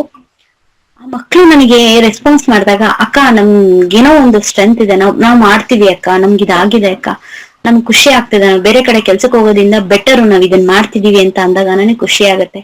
ಓಕೆ, ನನ್ ಕೈಲಂತೂ ನಾನ್ ದುಡ್ಡು ಕೊಡ್ಲಿಕ್ ಆಗಲ್ಲ, ಇನ್ನೊಂದ್ ಮಾಡ್ಲಿಕ್ ಆಗಲ್ಲ, ಬಟ್ ಈ ಒಂದು ಆಫರ್ನ ನನ್ ನಾಲೆಜ್ ನಾನು ಶೇರ್ ಮಾಡ್ತೀನಿ ಅಂತ ಹೇಳಿ ಆ ಒಂದು ನಾಲೆಜ್ ನ ಶೇರ್ ಮಾಡ್ಕೊಂಡು ಅವ್ರ ಜೊತೆ ಕೆಲಸ ಮಾಡ್ತಾ ಇದ್ದೀನಿ. ಇದಾದ್ಮೇಲೆ ನಂಗೆ ಇನ್ನೊಂದು ಆಫರ್ ಕೊಡ್ತಾರೆ, SSY ಅಂತ ಹೇಳಿ, ಶ್ರೀ ಸಾಮರ್ಥ್ಯ ಯೋಜನೆ ಅಂತ ಹೇಳಿ. ಪ್ರತಿ ಜಿಲ್ಲೆನಲ್ಲೂ ಹೆಣ್ಮಕ್ಳುಗಳಿಗೆ ಶ್ರೀ ಶಕ್ತಿ ಸಂಘಗಳೇನಿದೆ ಆ ಹೆಣ್ಮಕ್ಳಿಗೆ ಅಗರಬತ್ತಿ ಮತ್ತೆ ಫ್ಲೋರ್ ಕ್ಲೀನರ್ಸ್ ಜೊತೆಗೆ ಹರ್ಬಲ್ ಸೋಪ್ ಇದಷ್ಟು ಟ್ರೈನಿಂಗ್ ಕೊಡ್ಬೇಕು ಅಂತ ಹೇಳಿ ಆಫರ್ ಬರುತ್ತೆ. ಆಗ ಕೂಡ ನಾನು ಹೇಳ್ತೀನಿ, ಸರ್ ನನ್ ಕೈಲಿ ಆಗತ್ತಾ, ಥ್ರೂಔಟ್ ದ ಸ್ಟೇಟ್ ಆಗತ್ತಾ ಅಂತ ಕೇಳಿದಾಗ, ಇಲ್ಲ ಕರ್ನಾಟಕ ಮಾಸ್ಟರ್ ಟ್ರೈನರ್ ನಿನಗಿಂತ ಪ್ರೊಫೈಲ್ ಬೇರೆ ಯಾವ್ದು ಸಿಗಲ್ಲ ನಮ್ಗೆ, ನಿಮ್ಗೆ ಈಗ 26 ವರ್ಷಕ್ಕೆ ನೀನ್ ಇಷ್ಟೆಲ್ಲಾ ಮಾಡಿದ್ಯಾ ಅಂದ್ರೆ ಇನ್ನೊಂದು 10 ವರ್ಷ ಹೋದ್ಮೇಲೆ ನೀನ್ ಇಷ್ಟೆಲ್ಲಾ ಮಾಡಬಹುದು, ನಿನ್ನ ಶಕ್ತಿ ನಿನಗೆ ಗೊತ್ತಾಗ್ತಾ ಇಲ್ಲ, ನೀನ್ ಹೂ ಅಂತ ಹೇಳು ಅಂತ ಹೇಳಿ ನನ್ನ ಪ್ರೊಫೈಲ್ ನ ನಾನ್ ರೆಡಿ ಮಾಡಿರ್ಲಿಲ್ಲ, ನನ್ನ ಪ್ರೊಫೈಲ್ ನ ಅವರೇ ರೆಡಿ ಮಾಡಿ ಗವರ್ಮೆಂಟ್ ಸಬ್ಮಿಟ್ ಮಾಡಿದ್ರು, ಕರ್ನಾಟಕ ಮಾಸ್ಟರ್ ಟ್ರೈನರ್ ಅಂತ ಹೇಳಿ. ಸೊ ಇವತ್ತಿಗೆ ಏನಾಗಿದೆ ಅಂದ್ರೆ, ಎಲ್ಲಾದ್ರೂ ಹೋದ್ರೆ ಅಥವಾ ಯಾರನ್ನಾದ್ರೂ ಮೀಟ್ ಮಾಡಿದ್ರೆ, ಮೇಡಮ್ ನಿಮ್ ಮಾಸ್ಟರ್ ಟ್ರೈನರ್ ಪ್ರೊಫೈಲ್ ಇದೆ ಅಲ್ವಾ, ಗವರ್ಮೆಂಟ್ ಡಿಪಾರ್ಟ್ಮೆಂಟ್ ಅಲ್ಲಿ ಕೇಳ್ತಾರ. ನಮ್ಮ ಜಿಲ್ಲೆನಲ್ಲಿ ಹೇಗೆ ಅಂದ್ರೆ, ನಾನು ಯಾವ್ದೇ ಡಿಪಾರ್ಟ್ಮೆಂಟ್ ಹೋದ್ರು, ಶ್ವೇತಾ ಮೇಡಮ್ ನಿಮ್ ಕೆಲ್ಸನ ಮಾಡ್ಕೊಡೋಣ ಬನ್ನಿ ಅಂತ ಹೇಳಿ ಬೇರೆ ಬೇರೆ ಜಿಲ್ಲೆಗಳಿಗೆ ರಾಮನಗರ ಪ್ರತಿನಿಧಿಯಾಗಿ ಕಳಿಸ್ತಾರೆ. ನಾನು ಎಷ್ಟೋ ಸರಿ ಬೇರೆ ಜಿಲ್ಲೆಗಳಿಗೆ ಹೋದಾಗ, ಬೇರೆ ಮೀಟಿಂಗ್ ಗಳು ಹೋದಾಗ, ನಮ್ಮ ಒಂದು ಸಂಸ್ಥೆಯಿಂದ ಅಥವಾ ನಾವು ವುಮನ್ ಎಂಟರ್ಪ್ರೇನರ್ ಅಂತ ಹೇಳಿ ಹೋದಾಗ ಆಶ್ಚರ್ಯದಿಂದ ಕೇಳೋರು, ರಾಮನಗರದಿಂದನೂ ಬರ್ತಾರ, ಇವತ್ತಿನವರೆಗೂ ರಾಮನಗರ ಹೆಸರೇ ಕೇಳಿಲ್ಲ, ನೀವು ನಿಜವಾಗ್ಲೂ ರಾಮನಗರದವ್ರೇನಾ ಅಥವಾ ಅಲ್ಲೂ ಹೋಗಿದ್ದೀರಾ, ಈ ತರ ಎಲ್ಲ ಫೇಸ್ ಮಾಡಿದೆ ನಾನು. ಹೌದಾ, ರಾಮನಗರದಿಂದ ಯಾರು ಬಂದಿಲ್ವಾ, ನಾನೇ ಮೊದ್ಲ, ಇಲ್ಲ ಇವ್ರು ಸುಳ್ಳು ಹೇಳ್ತಿದಾರ, ಈ ತರ ಎಷ್ಟೋ ಆಲೋಚನೆಗಳು ಬಂತು. ನಾನ್ ಡೈರೆಕ್ಟ್ ಆಫೀಸರ್ಗಳ ಹತ್ರನೇ ಕೇಳ್ದೆ, ಸರ್ ಇದನ್ ಮಾಡ್ಬಹುದಾ, ಈಗ ಕೇಳ್ತಿದಾರೆ ಅಂದ್ರೆ, ಯಾರು ಬಂದಿಲ್ಲಮ್ಮ ಇದುವರೆಗೂ. ಚನ್ನಪಟ್ಟಣ ಟಾಯ್ಸ್, ರೇಷ್ಮೆ, ಸಿಲ್ಕ್ಸ್ ಬಿಟ್ರೆ ಬೇರೆ ಯಾವ ಸೆಕ್ಟರ್ ಅಲ್ಲೂ ರಾಮನಗರದಿಂದ ಈ ತರ ಉದ್ಯಮಿಗಳು ಆಚೆ ಹೋಗಿಲ್ಲ ಅಂತ ಹೇಳಿ ನನ್ಗೆ ಅವ್ರು ಹೇಳಿದಾಗ ನನಗ್ ಶಾಕ್ ಆಯ್ತು. ಇಲ್ಲ ಸರ್, ಇದು ಚೇಂಜ್ ಆಗ್ಬೇಕು. ಇವತ್ತಿಗೆ ಕರ್ನಾಟಕದ ಕೆಲವೊಂದು ಜಿಲ್ಲೆಗಳಲ್ಲಿ ಹೇಗೆ ಅಂದ್ರೆ, ಶ್ವೇತಾ ಅಂದ್ರೆ ರಾಮನಗರ ಅಂತಾರೆ. ರಾಮನಗರದಲ್ಲಿರೋರ್ನ ಶ್ವೇತಾ ಯಾರು ಅಂತ ಹೇಳಿದ್ರೆ, ಸೋಲೂರ್ ಶ್ವೇತನ, ಅಗರಬತ್ತಿ ಶ್ವೇತನ, ತವರು ಮನೆ ಶ್ವೇತನ. ನನಗೆ ಖುಷಿ ಆಗುತ್ತೆ, ಕರೆಕ್ಟ್, ನನ್ನ ಹೆಸರಿಂದ ಬಿಟ್ಟು ನನ್ ಮಾಡೋ ಕೆಲ್ಸಗಳಿಂದ ಗುರುತಿಸ್ತಾ ಇದಾರಲ್ಲ, ಇಷ್ಟು ಸಾಕಲ್ವಾ ನನಗೆ. ನನ್ನ ತಾಯಿ ಅಂದ್ರೆ ನನ್ನ ಅಜ್ಜಿಗೆ ಹೇಳ್ತಾರೆ, ನಮ್ಮ ಮೆಂಟರ್ಗಳಾಗಿರ್ಬೋದು ಅವರೆಲ್ಲ ಹೇಳ್ತಾರೆ, ಅವಳನ್ನ ಕಟ್ಟಾಕ್ಬೇಡಿ, ಅವಳನ್ನ ಬಿಡಿ, ಅವಳು ಯಾವತ್ತೂ ಬೇರೆಯವ್ರಿಗೆ ಹಾನಿ ಮಾಡಲ್ಲ, ಅವಳು ಇನ್ನು 10 ಜನಕ್ಕೆ ಹೆಲ್ಪ್ ಮಾಡ್ತಾಳೆ, ಅವಳು ಒಂಥರ ಸೌಮ್ಯ ಸ್ವಭಾವ ಅಂತ ನಮ್ಮಮ್ಮಂಗ್ ಹೇಳಿದಾಗ ನಮ್ಮ ಖುಷಿ ಪಡ್ತಾರಲ್ಲ, ಅವ್ರ ಕಣ್ಣಲ್ಲಿ ಆ ಖುಷಿ ಇರುತ್ತಲ್ವಾ, ನನ್ಗೆ ಅದು ಕೋಟಿ ಕೊಟ್ಟರು ಸಿಗದೇ ಇರುವಂತ ಆನಂದ ನನ್ಗದು. ನನ್ ಮಗ ಬಂದು ಈಗ 9 ವರ್ಷ ಅವನಿಗೆ, ಅವ್ನು ಯಾರಾದ್ರೂ ಬಂದು ಗೊತ್ತಿಲ್ಲದೆ ಇರೋರು ನನ್ನ ಪ್ರಾಡಕ್ಟ್ ಬಗ್ಗೆ ಕೇಳಿದಾಗ ನನಗಿಂತ ತುಂಬಾ ಚೆನ್ನಾಗಿ ಎಕ್ಸ್ಪ್ಲೈನ್ ಮಾಡ್ತಾನ ಅವನು. ಈ ಪ್ರಾಡಕ್ಟ್ ನ ಹೀಗೆ ಯೂಸ್ ಮಾಡ್ಬೇಕು, ನಮ್ಮ ಅಗರಬತ್ತಿನಲ್ಲಿ ಕೆಮಿಕಲ್ಸ್ ಇರಲ್ಲ, ಅಗರಬತ್ತಿ ಪ್ಯಾಕಿಂಗ್ ಹೀಗೆ ಮಾಡ್ಬೇಕು, ಅಗರಬತ್ತಿ ಹೀಗೆ ಕ್ಲೀನ್ ಮಾಡ್ಬೇಕು, ಸಾರ್ಟ್ ಮಾಡ್ಬೇಕು, ಸೆಂಟ್ ಹೀಗೆ ಹಾಕ್ಬೇಕು, ಇದೇ ರೀತಿ ಪ್ಯಾಕ್ ಮಾಡ್ಬೇಕು ಅನ್ನೋ ಒಂದು ಬಿಸ್ನೆಸ್ ನಾಲೆಡ್ಜ್ ನನ್ನ ಮಗನಿಗೆ ಈಗ್ಲೇ ಇದೆ. ಸೊ ನನ್ ಹೇಗೆ ಅಂದ್ರೆ ಎಲ್ರು ಹೇಳ್ತಾರೆ ಏನೋ ಕಳ್ಕೊಂಡೆ ನೀನು ಜೀವನದಲ್ಲಿ ಅಂತ. ಖಂಡಿತ ಹೇಳ್ತೀನಿ, ನನ್ ಜೀವನದಲ್ಲಿ ನಾನು ಕಳ್ಕೊಂಡಿರೋದು ಏನೂ ಇಲ್ಲ, ಪಡ್ಕೊಂಡಿರೋದೇ ತುಂಬಾ. ಯಾಕೆಂದ್ರೆ ನಾನು ಎಲ್ಲಿವರೆಗೂ ಕಣ್ಣ ಆಡಿಸ್ತೀನೋ, ಎಲ್ಲಿವರೆಗೂ ಕಾಲಿಡ್ತೀನೋ, ಎಲ್ಲೆಲ್ಲ ಹೋಗ್ತೀನೋ ಅಲ್ಲೆಲ್ಲ ನನಗೆ ನನ್ಗೊಂದು ಫ್ಯಾಮಿಲಿ ಅನ್ನೋದು ಸಿಕ್ಕಿದೆ. ಫ್ರೆಂಡ್ಸ್ ಅಂತ ಹೇಳಿ ಕಷ್ಟ ಆಗತ್ತೆ, ಯಾಕೆಂದ್ರೆ ಅವ್ರು ನನ್ನ ಫ್ಯಾಮಿಲಿಗಿಂತ ಹೆಚ್ಚು. ಎಲ್ಲಾ ಕಡೆ ನನ್ಗೊಂದು ಫ್ಯಾಮಿಲಿ ಸಿಕ್ಕಿದೆ. ಅದು ಸಿಕ್ಕೋದಿಕ್ಕೆ ಮೂಲ ಕಾರಣ ಏನಂದ್ರೆ ನನ್ನ ಫ್ಯಾಮಿಲಿ. ಇವತ್ ನನಗೇನು ನನ್ನ ಫ್ಯಾಮಿಲಿ ನನ್ನ ಆಚೆ ಹಾಕಿದ್ರು, ಅವತ್ ಅವ್ರು ಹಾಕ್ದೇ ಇದ್ದಿದ್ರೆ ಟಿಪಿಕಲ್ ವೈಫ್ ಆಗಿ ನನ್ ಮನೇಲೆ ಇದ್ಬಿಡ್ತಿದ್ನೇನೋ. ಅವ್ರು ನನ್ನ ಆಚೆ ಕಳ್ಸಿ ನಾನು ತುಂಬಾ ಹೆಲ್ಪ್ ಮಾಡಿದ್ರು, ನನ್ನ ಒಂದು ಜರ್ನಿಗೆ ಅವ್ರು ನನಗೆ ಹೆಲ್ಪ್ ಮಾಡಿದ್ರು. ಇವತ್ತು ತುಂಬಾ ಜನ ಹೆಣ್ಮಕ್ಳಿಗೆ ನಾನು ಟ್ರೈನ್ ಮಾಡ್ತಾ ಇದ್ದೀನಿ, ಅವ್ರಿಗೆ ನಾನು ಒಬ್ಳು ಸ್ಫೂರ್ತಿ ಆಗಿದ್ದೀನಿ ಅಂತ ಹೇಳಿದ್ರೆ ಅವತ್ ನನ್ನ ಅವ್ರು ಆಚೆ ಹಾಕಿದ್ದೆ ಕಾರಣ ಅಂತ ಹೇಳ್ತೀನಿ. ನಾನು ಪ್ರೌಡ್ ಆಗಿ ಹೇಳ್ಕೊತೀನಿ, ಅವರಿಂದ ನಾನು ಕಳ್ಕೊಂಡೆ ಅನ್ನೋದಕ್ಕಿಂತ ಹೆಚ್ಚಾಗಿ ತುಂಬಾ ಪಡ್ಕೊಂಡೆ ಅಂತ ಹೇಳ್ತೀನಿ. ಇನ್ನೊಂದು ಯಾಕೆ ನಾನು ಈ ಮಾತನ್ನ ಪದೇ ಪದೇ ಹೇಳ್ತೀನಿ ಅಂದ್ರೆ, ಈಗಿನ ಕಾಲದಲ್ಲಿ ಹೆಣ್ಮಕ್ಳು ಅಂತ ಅಲ್ಲ, ಎಲ್ರೂ ಅಷ್ಟೇನೆ, ಬರೋ ಪ್ರಾಬ್ಲಮ್ಗಳನ್ನ ಫೇಸ್ ಮಾಡೋ ಮನ್ಸೇ ಇರಲ್ಲ, ಧೈರ್ಯನೇ ಇರಲ್ಲ. ಪ್ರಾಬ್ಲಮ್ ಬಂತು ಅನ್ನೋ ಬೆಟ್ಟ, ಸಣ್ಣದೊಂದು ಕಲ್ಲು ಅವ್ರ ಮುಂದೆ ಬಿದ್ರು ಕೂಡ ಬೆಟ್ಟನೇ ಬಿದ್ದಿದೆ ಅನ್ನೋ ಫೀಲಿಂಗ್ ಬರ್ತಾರೆ. ಅವ್ರ ಜೀವನನ ಅವರೇ ಕಳ್ಕೊತಾ ಇದಾರೆ. ಅದನ್ನ ಮಾಡೋದ್ನ ಬಿಟ್ಟು ಬೆಟ್ಟದ ಮೇಲೆ ನಿಂತ್ರು ಕೂಡ ಬೆಟ್ಟ ನನ್ ಕಾಲ್ ಕೆಳಗಡೆ ಇದೆ ಅನ್ನೋ ಫೀಲ್ ನಲ್ಲಿ ಬದುಕಿ, ಸಮಸ್ಯೆ ಯಾವತ್ತೂ ದೊಡ್ಡದಲ್ಲ, ಸಮಸ್ಯೆಗೆ ನಾವೇ ದೊಡ್ಡೋರು, ನಮ್ ಮುಂದೆ ಸಮಸ್ಯೆ ತುಂಬಾ ಚಿಕ್ಕದು. ಒಂದ್ ಕಡೆ ನೀವು ಒಂದ್ ಕ್ಷಣ ಯೋಚನೆ ಮಾಡ್ಬೇಕು, ಸಮಸ್ಯೆ ದೊಡ್ಡದ ಜೀವನ ದೊಡ್ಡದ ಅಂತ. ಎರಡನ್ನು ಬ್ಯಾಲೆನ್ಸ್ ಮಾಡಿ ನೋಡಿದಾಗ ಗೊತ್ತಾಗತ್ತೆ ಜೀವನ ದೊಡ್ಡದು ಅಂತ. ಸೊ ಅವತ್ತು ನೀವು ಸಮಸ್ಯೆಗೆ ಬೆನ್ ಹಾಕಿ ಓಡ್ಬೇಡಿ, ಸಮಸ್ಯೆಗೆ ಮುಖ ಕೊಟ್ಟು ಎದುರುಗಡೆ ನಿಲ್ಲಿ. ಖಂಡಿತ ಸಮಸ್ಯೆ ನಿಮ್ಮನ್ನ ನೋಡಿ ಎದ್ರುಕೊಂಡು ಹೋಗುತ್ತೆ, ಜೀವನ ನಿಮ್ಮನ್ನ ಕೈ ಹಿಡಿದು ನಡೆಸುತ್ತೆ. ನನ್ನ ಜೀವನ ಚರಿತ್ರೆನ, ನನ್ನ ಹಾದಿಯನ್ನ ಇಷ್ಟೊತ್ತವರೆಗೂ ಸಂಯಮದಿಂದ ಕೇಳಿಸ್ಕೊಂಡ ತಮ್ಮೆಲ್ರಿಗೂ ನನ್ನ ಧನ್ಯವಾದಗಳು. ನನ್ನ ಮಾತಿಂದ ನಿಮ್ಗೆ ಯಾರಿಗಾದ್ರೂ ಬೇಜಾರಾಗಿದ್ರೆ ಅಥವಾ ನಾನ್ ಯಾವ್ದಾದ್ರು ವಿಷಯದಲ್ಲಿ ತಪ್ಪಾಗಿ ಮಾತಾಡಿದ್ರೆ ದಯವಿಟ್ಟು ಕ್ಷಮಿಸಿ ಅಂತ ಕೇಳ್ತಾ ನಾನು 2 ಮಾತುಗಳನ್ನ ಮುಗಿಸ್ತೀನಿ. ಥ್ಯಾಂಕ್ ಯು ಸೋ ಮಚ್ ಎಲ್ರಿಗೂ.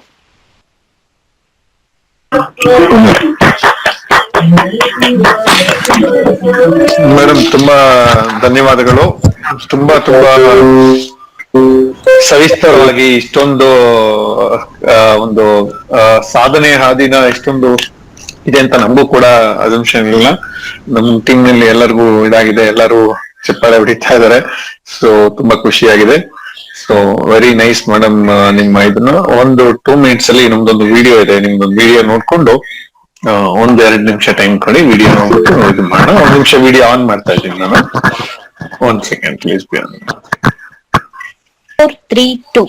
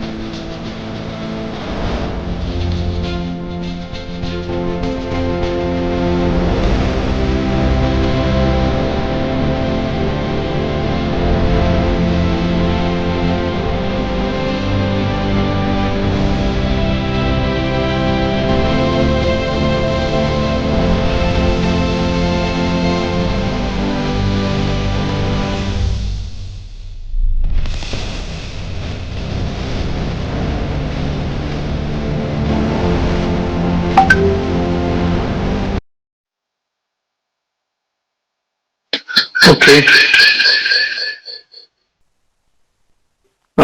ತುಂಬಾ ಧನ್ಯವಾದಗಳು ಮೇಡಮ್.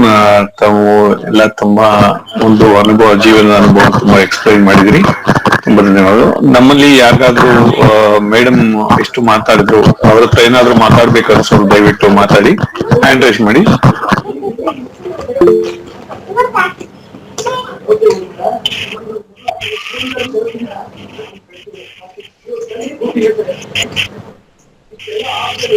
ವೈಶಾಲಿ ಮೇಡಮ್ ಮಾತಾಡಿ. ವೆರಿ ಗುಡ್ ಶ್ವೇತಾ ಅವ್ರೆ, ತುಂಬಾ ಚೆನ್ನಾಗಿ ವರ್ಕ್ ಮಾಡಿದೀರಾ. ಎಷ್ಟು ಸಣ್ಣ ವಯಸ್ಸಲ್ಲಿ ಎಷ್ಟೊಂದು ಹೆಸರು ಮಾಡ್ಲಿಕ್ಕೆ ಹೋಗಿದ್ದೀರಾ, ಶ್ರಮ ಕೂಡ ಪಡ್ತಾ ಇದ್ದೀರಾ. ನೀವು ಇನ್ನು ಮುಂದಕ್ಕೆ 1000 ಜನ ಅಲ್ಲ, ಕೋಟಿ ಲಕ್ಷಾಂತರ ಜನಕ್ಕೆ ಮಾದರಿ ಆಗ್ಬೇಕು.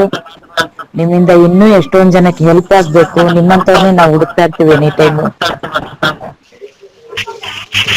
ಖಂಡಿತ ಮೇಡಮ್, ನಿಮ್ಮಿಂದ ನಮ್ ಗ್ರೂಪ್ ಅಲ್ಲಿ ಇವಾಗ ಎಷ್ಟೊಂದ್ ಜನಕ್ಕೆ ಎಷ್ಟೊಂದ್ ಕಷ್ಟಗಳು ಅವರು ತಲೆ ಮೇಲೆ ಹಾಕೊಂಡು ಕೂತಿರೋರ್ಗೆಲ್ಲ ಇವಾಗ ದಾರಿ ದೀಪ ಆಗಿದೆ. ನಿಮ್ಮ ದಿಟ್ಟತನಕ್ಕೆ ನಾವೆಲ್ಲ ಹ್ಯಾಟ್ಸಪ್ ಹೇಳ್ತೀವಿ. ಇನ್ ಮುಂದಕ್ಕೂ ಅಷ್ಟೇನೆ, ಜೀವನದಲ್ಲಿ ಇದೇ ತರ ಧೈರ್ಯವಾಗಿ ಕೆಲಸ ಮಾಡಿ. ನಿಮ್ಮಿಂದ 4 ಜನಕ್ಕೆ ಒಳ್ಳೇದಾಗ್ಲಿ ಅಂತೇಳಿ ಹಾರೈಸ್ತೀವಮ್ಮ. Thank you. ಓಕೆ, ಮತ್ತೊಬ್ರು ಸ್ವಪ್ನ ಅನ್ನೋರು. ಹಲೋ, ಶ್ವೇತಾ ಮ್ಯಾಮ್, ಸಾರಿ ಲಾಸ್ಟ್ ಮಿನಿಟ್ ಅಲ್ಲಿ ನಾನು ಜಾಯಿನ್ ಆಗಿದ್ದು 8:50 ಹಂಗೆ. ಅದು ಸ್ವಲ್ಪ ಜರ್ನಿಯಲ್ಲೇ ಇದ್ದೆ ನಾನು. ಇದು ಲಾಸ್ಟ್ ಮಿನಿಟ್ ಅಲ್ಲಿ ಏನ್ ಕೇಳ್ಕೊಂಡೆ ಅದ್ರ ಬಗ್ಗೆ ಒಪಿನಿಯನ್ ಹೇಳ್ಬೋದು. ನಿಜ ಮ್ಯಾಮ್, ನಿಮ್ ವರ್ಕ್ ಅಂತೂ ಗ್ರೇಟ್ ಇದೆ. ಪ್ಲೀಸ್ ರಿಪೀಟ್, ಇನ್ನೂ ಒಂದ್ಸಲ ನಿಮ್ ನಂಬರ್ ರಿಪೀಟ್ ಮಾಡ್ತೀರಾ? 740 ವೇಟ್ ಮ್ಯಾಮ್. 9740 ಮೇಡಮ್. ಮತ್ತೊಮ್ಮೆ ಮೊದಲಿಂದ ಹೇಳ್ತಾರೆ, ಕಂಟಿನ್ಯೂ ಮಾಡ್ಕೊಳ್ಳಿ, ನೋಡ್ಕೊಳ್ಳಿ. 9740 9740 125 125 432 232 432 ತುಂಬಾ 432 ಹೌದು. ಓಕೆ, 9740 125 432. ಹೌದು, ಕರೆಕ್ಟ್ ಇದೆ. ಓಕೆ, ಇವರು ಕೆಲವು ಸಮಯದಲ್ಲಿ ಅಟೆಂಡ್ ಮಾಡ್ಲಿಕ್ಕೆ ಆಗಲ್ಲ. ಇವರು ತುಂಬಾ ದಿನದ ಸಮಯದಲ್ಲಿ ಸರ್ಕಾರಿ ದಿನಗಳಲ್ಲಿ ಟ್ರೈನಿಂಗ್ ಅಲ್ಲಿ ಇರ್ತಾರೆ. ನಿಮ್ಮ ಮಿಸ್ ಕಾಲ್ ಅನ್ನು ನೋಡ್ತಾರೆ ನೀವು, ಅಥವಾ ವಾಟ್ಸಪ್ ಅಥವಾ ಮೆಸೇಜ್ ಹಾಕಿದಾಗ ಅವರು ಕೂಡಲೇ ಬಿಡುವಾದ ಕೂಡಲೇ ತಮಗೆ ಕಾಂಟ್ಯಾಕ್ಟ್ ಮಾಡ್ಲಿಕ್ಕೆ ಅವಕಾಶ ಮಾಡ್ಕೊಳ್ತಾರೆ. ಏನಾದ್ರು ಪ್ರಶ್ನೆ ಇದ್ರೆ ಮಾತಾಡಿ. Thank you sir. Shweta madam, ಮೊದಲು ನಿಮಗ್ ಬಂದಿರೋ ಎಲ್ಲ ಅವಾರ್ಡ್ಸ್ಗೆ ಕಂಗ್ರ್ಯಾಚುಲೇಷನ್ಸ್. ಮತ್ತೆ ನಿಮ್ಮ ಲೈಫ್ ಜರ್ನಿನ ಕೇಳಿ 2 ಮಾತು ನೆನಪಾಗುತ್ತೆ. ಒಂದು, need is the mother of invention ಅಂತ. ನೀಡ್ ಅನ್ನೋದು ಬಂದಾಗ ಮನುಷ್ಯ ಎಷ್ಟು ಕಷ್ಟ ಪಡೋದಕ್ಕೂ ರೆಡಿ ಇರ್ತಾನೆ, ಏನ್ ಬೇಕಾದ್ರೂ ಅಚೀವ್ ಮಾಡೋದಕ್ಕೂ ರೆಡಿ ಆಗ್ಬಿಡ್ತಾನೆ.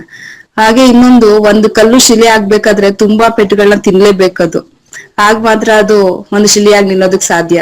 ಹಾಗೆ ನಿಮ್ ಲೈಫಲ್ಲಿ ತುಂಬಾ ಪೆಟ್ಟುಗಳನ್ನ ತಿಂದಿದ್ದೀರಿ, ಹಾಗೆ ಇವತ್ತೊಂದು ಶಿಲೆಯಾಗಿ ನಿಂತಿದ್ದೀರಿ. ನಿಮ್ಮಿಂದ ತುಂಬಾ ಜನಗಳಿಗೆ ಒಂದು ಇನ್ಸ್ಪಿರೇಷನ್ ಸಿಗ್ತಾ ಇದೆ ಅಂತ ಅರ್ಥ ಆಗ್ತಾ ಇದೆ.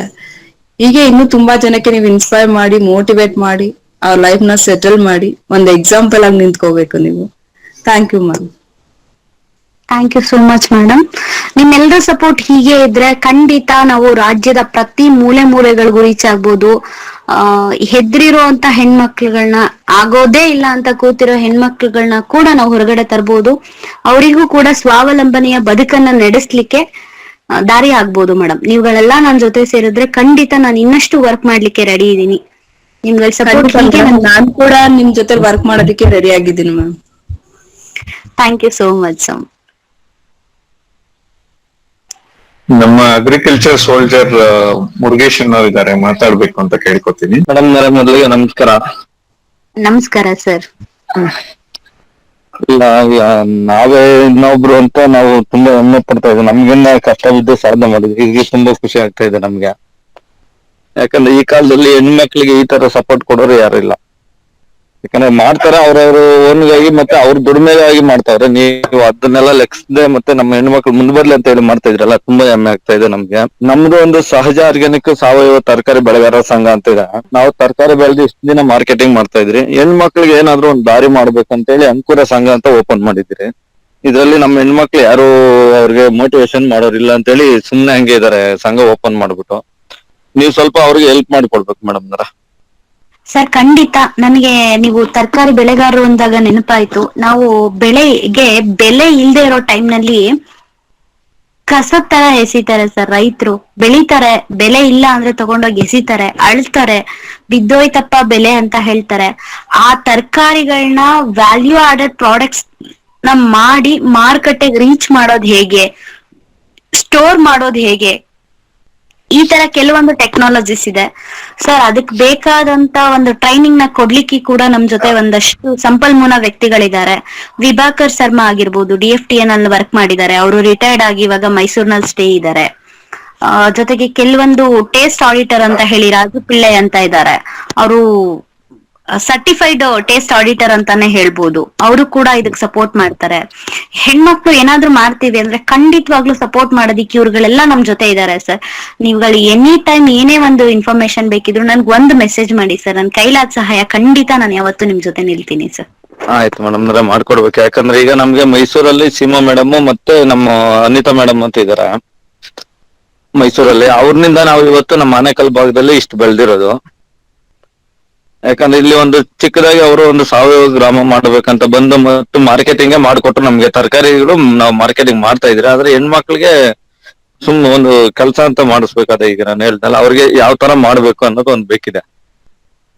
ಖಂಡಿತ ಸರ್, ನನ್ ಕೈಲಾದ ಸಹಾಯ ನಾನು ಮಾಡ್ತೀನಿ sir. Okay madam, thank you madam. ತುಂಬಾ ಸಾಧನೆ ಮಾಡಿದ್ರ. ಇದೇ ತರ ಮುಂದುವರಿರಿ, ಒಳ್ಳೇದಾಗಲಿ. ಭಗವಂತ ನಿಮ್ಗೆ ಒಳ್ಳೇದ್ ಮಾಡ್ಲಿ. ಇನ್ನ ಆರೋಗ್ಯ ಐಶ್ವರ್ಯ ಕೊಟ್ಟು ಕಾಪಾಡ್ಲಿ. ಯಾಕಂದ್ರೆ ಆರೋಗ್ಯ ಇದ್ರೇನೆ ಇದ್ ಮುಂದೆ ಮಾಡ್ಬೇಕಂದ್ರೆ ಮೋಟಿವೇಶನ್. ಹೌದು ಸರ್, ನಿಮ್ಮೆಲ್ಲರ ಆಶೀರ್ವಾದ ಹೀಗೆ ಖಂಡಿತ ನಾನು ಇನ್ನೂ 100 ಕಾಲ ಬದುಕ್ತೀನಿ ಅನ್ನೋ ನಂಬಿಕೆ ಇದೆ ಸರ್. Thank you madam. ನಮ್ ಮುರುಗೇಶ್ ಅವ್ರಿಗೂ ಕೂಡ ಕಾಲಕ್ರೇನಲ್ಲಿ 100 ಬೆಳೆಗಳು ಬೆಳೆದಿರುವಂತ ತುಂಬಾ ದೊಡ್ಡ ದೊಡ್ಡ ಬೇರೆ ಬೇರೆ ಫಾರಿನ್ ಇಂದ ಬಂದು ಅವರ ಸಣ್ಣ ತೋಟಕ್ಕೆ ಭೇಟಿ ಕೊಟ್ಟು ಕರ್ನಾಟಕ ರಾಜ್ಯ ಮತ್ತೆ ಎಲ್ಲ ಪ್ರಶಸ್ತಿ ತಗೊಂಡಿದ್ದಾರೆ. ಅವರು ಕೂಡ ಒಳ್ಳೆ ಸಾಧಕರು. ಮುಂದೊಂದು ದಿವಸ ಅವ್ರ ಬಗ್ಗೆನೂ ಮಾತಾಡುವಂತ ಸಂಭವ ಬರ್ಲಿ, ಆ ಸನ್ನಿವೇಶ ಇರ್ಲಿ ಅಂತ. ಓಕೆ, ನಮ್ಮ ಮಂಡ್ಯದಿಂದ ರವಿ ಸರ್ ಇದ್ದಾರೆ, ಮಾತಾಡ್ತಾರೆ. ಎಸ್ ರವಿ ಸರ್ ಮಾತಾಡಿ. ಮೇಡಮ್ ನಮಸ್ತೆ. ನಮಸ್ಕಾರ ಸರ್. ಮಂಡ್ಯ ಜಿಲ್ಲೆ ಮದ್ದೂರು ತಾಲೂಕು ಭಾರತೀನಗರದಿಂದ ಮಾತಾಡ್ತಾ ಇದ್ದೀನಿ. ನಾನು CSC VLA ಆಗಿ ಇದ್ ಮಾಡಿದ್ದೀನಿ. ನೀವು ಹೇಳೋದು ನಿಜ ಮೇಡಮ್.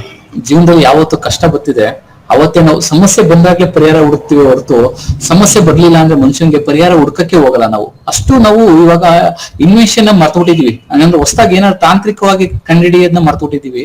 ಸಮಸ್ಯೆ ಬಂದಾಗ ಮಾತ್ರ ನಾವು ಪರಿಹಾರ ಹುಡ್ಕಕ್ ಪ್ರಯತ್ನ ಪಡ್ತೀವಿ. ಇಲ್ಲ ಅಂದ್ರೆ ಆಲ್ಮೋಸ್ಟ್ ಆಲ್ ಎಲ್ಲರೂ ಅದೇ ರೀತಿ ಆಗ್ಬಿಟ್ಟಿದ್ದಾರೆ. ಇರೋದ್ರಲ್ಲಿ ಜೀವನನ ಲೈಫ್ ನ ಹ್ಯಾಪಿಯಾಗಿ ಮತ್ತು ಜಾಲಿಯಾಗಿ ಲೀಡ್ ಮಾಡುವಂತ ಬಯಸ್ತಾರೆ. ಆದ್ರೆ ನಿಮ್ಮ ಯಶೋಗಾಥೆ ನಿಜವಾಗ್ಲೂ ನಮ್ಮ ಮೈನ ರೋಮಾಂಚನಗೊಳಿಸ್ತಂದ್ರೆ ಅಷ್ಟು ನೀವು ಕಷ್ಟಪಟ್ಟದ್ದು ಕೊಟ್ಟಷ್ಟು ನೀವು ಒಂದು ಬೆಂಕಿ ಚಿನ್ನ ಆಗಿದ್ದೀರಿ. ಅದು ತುಂಬಾನೇ ಮೌಲ್ಯವರ್ಧಿತವಾದಂತ ನಿಮ್ಮ ಮಾಹಿತಿ ಮೇಡಮ್. ಆದ್ರೆ ಅದನ್ನ ನೀವು ಅನುಭವಿಸಿರೋ ನಾವು ಅವ್ರವ್ರಿಗೆ ಗೊತ್ತು. ಅದರ ಎಷ್ಟು ಬೇಗುದೆಗಳು ಮತ್ತು ಹಿಂದೆ ನಿಂತು ಮಾತಾಡುವಂತವರು ಮತ್ತೆ ನಮ್ಮ ಯಾಕೆ ನಾನು ಸ್ವಲ್ಪ ವರ್ಷಗಳಲ್ಲಿ ಆರ್ಥಿಕವಾಗಿ ವ್ಯವಹಾರಿಕವಾಗಿದ್ದು ಆರ್ಥಿಕವಾಗಿ ಕೆಳಗೆ ಬಿದ್ದಾಗ ಆಳ್ಗೊಂದ್ ಕಲ್ಲು ಅಂತ ಎಲ್ಲಾರು ಹೊಡೆದು ಬಿಡ್ತಾರೆ. ಯಾರು ಕೈ ಹಿಡಿದು ಎತ್ತಲ್ಲ. ಕೈ ಹಿಡಿದು ಎತ್ತುವಂತವ್ರು ಒಬ್ರೋ ಇಬ್ರೋ. ಅವ್ರನ್ನ ನಾವು ಕೊನೆ ಗಂಟನೂ ಅವ್ರನ್ನ ನಾವು ಉಳಿಸ್ಕೋಬೇಕು. ಆ ವ್ಯಕ್ತಿಗಳು 2-3 ಜನ ಇದ್ರು ಸಾಕು. ಅವ್ರು ನಮ್ಮ ಲೈಫಲ್ಲಿ ಕೊನೆಯವರೆಗೂ ನಮ್ಮ ದಾಟಿಸ್ತಾರೆ ದಡನ. ಇದು ನನ್ನ ಒಂದು ಅನುಭವ. ನಿಮ್ಮ ಅನುಭವದಿಂದ ತುಂಬಾನೇ ಇನ್ಸ್ಪೈರ್ ಆಗೈತೆ ಮೇಡಮ್. ಏನೇ ಕಷ್ಟ ಬಂದ್ರು ಮುನ್ನುಗ್ಗದೆ ಒಂದು ಜೀವನ ಅನ್ನೋದ ಹೇಳ್ಕೊಟ್ಟಿದ್ದೀರಾ. ತುಂಬಾನೇ ಥ್ಯಾಂಕ್ಸ್ ಮೇಡಮ್. ಸರ್, ನಿಮ್ ಮಾತು ಕೇಳಿ ನನ್ಗೊಂದ್ ಮಾತು ನೆನ್ಪಾಯ್ತು. ನನ್ಗೆ ನಮ್ ಸರ್ ಹೇಳ್ತಾ ಇದ್ರಿ ಮಾತನ್ನ. ನಾನು ಅವ್ರನ್ನ ಗುರುಗಳು ಅಂತಾನೆ ಕರಿತೀನಿ. ಅವ್ರ ಈ ಮಾತನ್ನ ಹೇಳ್ತಾ ಇದ್ರು, ನಿಂದಕರಿರಬೇಕಯ್ಯ ಹಂದಿಗಳಂತೆ ಅಂತ ಹೇಳೋರು. ಅವ್ರ ಆತರ ಇದ್ದಾಗ್ಲೇ ಸರ್ ನಾವು ಮುಂದೆ ಬರ್ಲಿಕ್ಕೆ ಸಾಧ್ಯ ಆಗೋದು. ಯಾರೋ ಏನೋ ಮಾತಾಡ್ತಾರೆ ಅಂತ ತಲೆ ಮೇಲೆ ಏನೋ ಬಿತ್ತು ಅನ್ನೋ ತರ ಕೂತ್ಬಿಟ್ರೆ ನಾವ್ ಅಲ್ಲಿಗೆ ನಿಂತು ಬಿಡ್ತೀವಿ, ಮುಂದೆ ಹೋಗ್ಲಿಕ್ಕೆ ಆಗದೇ ಇಲ್ಲ. ಸೊ ನಿನ್ ಪಾಡಗ್ ನೀನ್ ಮಾತಾಡ್ತಾ ಇರು, ನನ್ ಪಾಡಗ್ ನಾನ್ ಮುಂದೆ ಹೋಗ್ತಾ ಇರ್ತೀನಿ ಅಂತ ಹೇಳಿ ಜೀವನನ ನಡೆಸ್ಬೇಕು. ಇದ್ರ ಮಧ್ಯದಲ್ಲಿ ನನಗೆ ಇನ್ನೊಂದ್ ಮಾತು ನೆನಪಾಯ್ತು. ನನ್ನ ಕಾಲೇಜ್ ಲೆಕ್ಚರರ್ ಹೇಳ್ತಾ ಇದ್ರು, ಅಕೌಂಟ್ಸ್ ಮತ್ತೆ ಬಿಸ್ನೆಸ್ ನ ತಗೋತಾ ಇದ್ರು. ಅವ್ರು ಹೇಳ್ತಾ ಇದ್ರು ಕ್ಲಾಸ್ ಅಲ್ಲಿ ಯಾವಾಗ್ಲೂ, ಹೆಣ್ಮಕ್ಳು ಫೇಲ್ ಆದ್ರೆ ಅವ್ರಿಗೆ ಮದ್ವೆ ಮಾಡಿ ಅವ್ರ ಜೀವನನ ಕಟ್ಕೋತಾರೆ, ಬಟ್ ಗಂಡ್ ಮಕ್ಳು ಫೇಲ್ ಆದ್ರೆ ಗ್ಯಾರೇಜ್ಗೆ ಹೋಗ್ತೀರಪ್ಪ, ನೀವು ಓದಿ ಚೆನ್ನಾಗಿ ಒಳ್ಳೆ ಕೆಲ್ಸದಲ್ಲಿ ಇದ್ರೆ ನೀವು ಸಾಕ್ಬೇಕಪ್ಪ ಹೆಣ್ಮಕ್ಳನ್ನ, ಹೆಂಡತಿ ಮಕ್ಳು ಅನ್ನೋ ಫ್ಯೂಚರ್ ನ ನೀವು ಹೊರಬೇಕು ಅಂತ ಹೇಳೋರು. ಈ ಮಾತನ್ನ ಪದೇ ಪದೇ ಹೇಳ್ತಾ ಇದ್ರು ನನ್ಗೆ. ನಾನು ಅದನ್ನ ಕೇಳಿಸ್ಕೊತಾ ಇದ್ದೆ, ಯಾಕೆ ಇವ್ರು ಹೀಗೆ ಹೇಳ್ತಾರೆ, ಹೆಣ್ಮಕ್ಳು ಶಕ್ತಿ ಇಲ್ವಾ, ಇವ್ರು ಯಾಕೆ ಹಿಂಗ್ ಹೇಳ್ತಾರೆ, ತುಂಬಾ ಕಾಡ್ತಾ ಇತ್ತು. ನಾನು ಯಾವಾಗ ಬಿಸ್ನೆಸ್ ಫೀಲ್ಡಿಗೆ ಬಂದೆ, ಅವಾಗ ನನ್ ಸರ್ಗೆ ಯಾರು ಹೇಳಿದ್ರೋ ಗೊತ್ತಿಲ್ಲ, ನನಗೊಂದಿನ ಕಾಲ್ ಬರುತ್ತೆ ನಮ್ಮ ಲೆಕ್ಚರರ್ ಇಂದ, ತುಂಬಾ ಒಳ್ಳೆ ಸಾಧನೆ ಮಾಡಿದ್ಯಾ ಕಣಮ್ಮ ನೀನು, ನಾನು ಹೇಳಿದ ಮಾತನ್ನ ಸುಳ್ಳು ಮಾಡ್ದೆ ನೀನು, ಹೆಣ್ಮಕ್ಳು ಮನ್ಸ್ ಮಾಡಿದ್ರೆ ಏನ್ ಬೇಕಾದ್ರೂ ಮಾಡ್ಬೋದು ಅನ್ನೋದನ್ನ ನಿನ್ನ ತೋರಿಸ್ಕೊಟ್ಟೆ. ಸೊ ಅವ್ರು ಇವಾಗ ವರ್ಕ್ ಮಾಡ್ತಾ ಇರೋಂತ ಕಾಲೇಜ್ಗೆ ಒಂದು ದಿನ ಬಂದು ಕ್ಲಾಸ್ ತಗೋತೀಯಾ ಅಂತ ಕೇಳ್ತಾ ಇದಾರೆ ಅಂದ್ರೆ ನಾನು ಅವಾಗ ಖುಷಿ ಪಟ್ಟೆ. ಕರೆಕ್ಟ್, ಅವ್ರ ಮಾತನ್ನ ನಾನು ಸುಳ್ಳು ಮಾಡಿ ನಾನು ಎಲ್ಲೋ ಒಂದು ಹೆಜ್ಜೆ ಮುಂದೆ ಇಟ್ಟಿದೀನಿ ಅನ್ನೋ ಒಂದು ಸಾರ್ಥಕ ಭಾವ ನನಗ್ ಬಂತು. ಸೊ ಆ ಒಂದು ಸಾರ್ಥಕ ತೃಪ್ತಿಯತೆಯಿಂದ ನಾನು ಇನ್ನೊಂದಷ್ಟು ಜನಕ್ಕೆ ಟ್ರೈನ್ ಮಾಡ್ಲಿಕ್ಕೆ ದಾರಿ ಆಗ್ತಾ ಇದೆ. ಸರ್ ಹೇಳ್ಬೋದು, ನೀನ್ ಏನ್ ಮಾಡ್ದೆ, ನೀನೇನು ಮಾಡ್ತಿಲ್ಲ, ಇಷ್ಟೇನಾ, ಇದೇ ಜೀವನನಾ, ನೀನ್ ಯಾಕೆ ಎಲ್ರ ಜೊತೆ ಓಡಾಡ್ತೀಯಾ, ಗಂಡಸ್ರ ಜೊತೆ ಯಾಕೆ ಈಕ್ವಲ್ ಆಗಿ ಕೂರ್ತೀಯಾ, ಅವ್ರಿಗೆ ಏನ್ ನೀನು, ಈ ತರ ಎಲ್ಲ ಕೇಳೋ ಮಾತುಗಳು ನಾನು ತುಂಬಾ ಲೈಫಲ್ಲಿ ಫೇಸ್ ಮಾಡಿದೀನಿ. ಬಟ್ ನಾನು ಅಂತವ್ರಿಗೆಲ್ಲ ಹೇಳೋದು ಒಂದೇ ಮಾತು, ಬೇರೆ ಯಾರ್ದೋ ಮನೆ ಹೆಣ್ಮಗಳು ಅಲ್ಲಿ ನಿಂತಿದ್ದಾಳೆ ಅಂತ ಮಾತಾಡೋದಕ್ಕೂ ಮುಂಚೆ ನಮ್ಮನೆ ಹೆಣ್ಮಕ್ಳು ಅಲ್ಲಿ ನಿಂತಿದಾರಲ್ಲ ಅಂತ ಯೋಚನೆ ಮಾಡಿದ್ರೆ ಅವ್ರ ಮಾತುಗಳಿಗೆ ಬೀಗ ಬೀಳುತ್ತೆ. ಸೊ ಅವ್ರು ಬೇರೆಯವ್ರು ಮಾಡೋ ಕೆಲ್ಸಗಳ ಬಗ್ಗೆ ಮಾತಾಡಲ್ಲ. ಇದೊಂದನ್ನ ಅವ್ರ ಮನ್ಸಲ್ಲಿ ಇಟ್ಕೊಂಡ್ರೆ ಸಾಕು, ಬೇರೆ ಯಾವತ್ತೂ ಯಾರ ಬಗ್ಗೆನೂ ಕೀಳಾಗಿ ಮಾತಾಡಲ್ಲ. ತೊಂದ್ರೆ ಇಲ್ಲ ಸರ್, ಬರ್ತಾನೆ ಇರತ್ತೆ ಮಾತುಗಳು, ಬಿಡ್ತಾ ಇರ್ಬೇಕು, ಮುಂದೆ ನಿಮ್ ಕೆಲ್ಸನ ನೀವ್ ನೋಡ್ತಾ ಇರ್ಬೇಕು.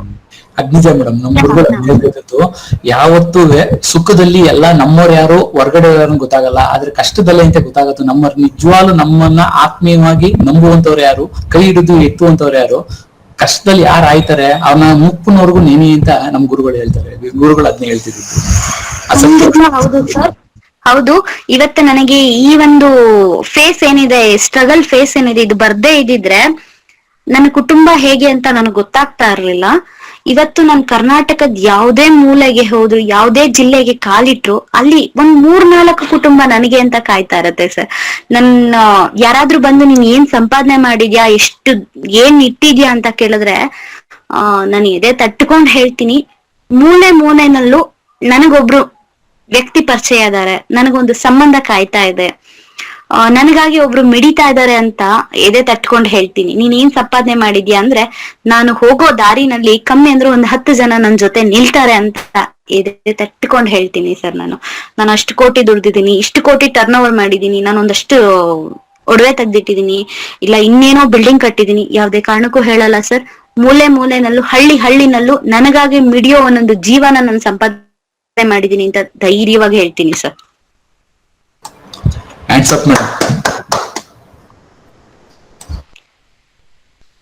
ಓಕೆ, ಸಿಂಧು ಮೇಡಮ್ ಅಂಡ್ ಇವರು ಶಿವಕುಮಾರ್ ಮೊರೇಗಾ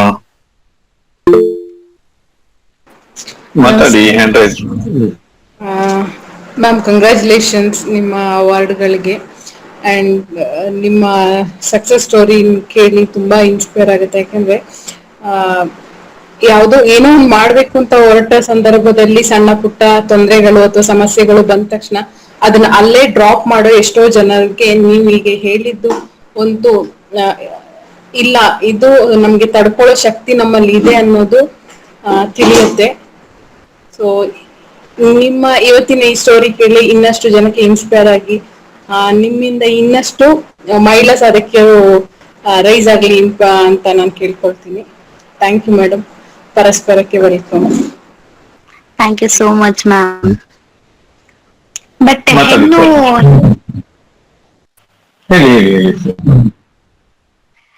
ಇಲ್ಲ ಸರ್, ಹೆಣ್ಣು ಹೇಗೆ ಅಂದ್ರೆ ಒಂದು ಮಗುವಿಗೆ ಜನ್ಮ ಕೊಟ್ಟು ಅವ್ರನ್ನ ಬೆಳೆಸೋ ಶಕ್ತಿ ಅವಳಲ್ಲಿ ಅಡಗಿದೆ ಅಂತ ಹೇಳಿದ್ರೆ ಒಂದು ವ್ಯವಹಾರನ ಯಾಕೆ ನಡ್ಸೋಕ್ ಆಗಲ್ಲ ಸರ್? ಇಡೀ ಕುಟುಂಬನ ತನ್ನ ಅಂಗೈನಲ್ಲಿ ಇಟ್ಕೊಂಡು ಕಾಪಾಡ್ತಾಳೆ ಅಂದ್ರೆ ಒಂದು ವ್ಯವಹಾರನ ಯಾಕೆ ಅವಳ ಕೈ ನಡ್ಸೋದಿಕ್ಕಾಗಲ್ಲ?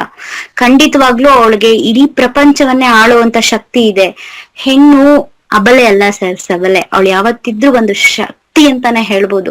ಶಕ್ತಿಯ ಆಗರ ಹೆಣ್ಣು, ನಾನೇ ಅಂತಲ್ಲ, ಪ್ರತಿಯೊಬ್ಬ ಮಹಿಳೆನಲ್ಲೂ ಆ ಒಂದು ಸಾಮರ್ಥ್ಯ ಇದೆ ಸರ್. ನಾವ್ ಯಾರನ್ನ ಒಬ್ರುನು ಕೀಳಾಗಿ ನೋಡ್ಬಾರ್ದಷ್ಟೇ. ಅವ್ರಲ್ಲಿ ಏನೋ ಒಂದು ಶಕ್ತಿ ಅಡಗಿರುತ್ತೆ, ಬಟ್ ಅದನ್ನ ಹೊರಗ್ ತೆಗಿಯುವಂತ ಕೆಲ್ಸಗಳ್ ನಾವ್ ಮಾಡ್ತೀವಿ ಅಷ್ಟೇ ಸರ್. ಅದಕ್ಕೆ ಮೇಡಮ್ ಕಾರ್ಯಕ್ರಮದ ಹೆಸರು ಶ್ರೀ ಶಕ್ತಿ ಸಂಗಮ 2023 ಅಂತ ಕೊಂಡಿದೀವಿ. ಅದ್ರಲ್ಲಿ ತಾವು ಇದ್ದೀರಾ, ಧನ್ಯವಾದಗಳು. ಓಕೆ, ನಮ್ಮ ಇನ್ನೊಬ್ರು ಸ್ನೇಹಿತರು ಹ್ಯಾಂಡ್ ರೈಸ್ ಮಾಡಿದ್ದಾರೆ, ಮಾತಾಡಿ.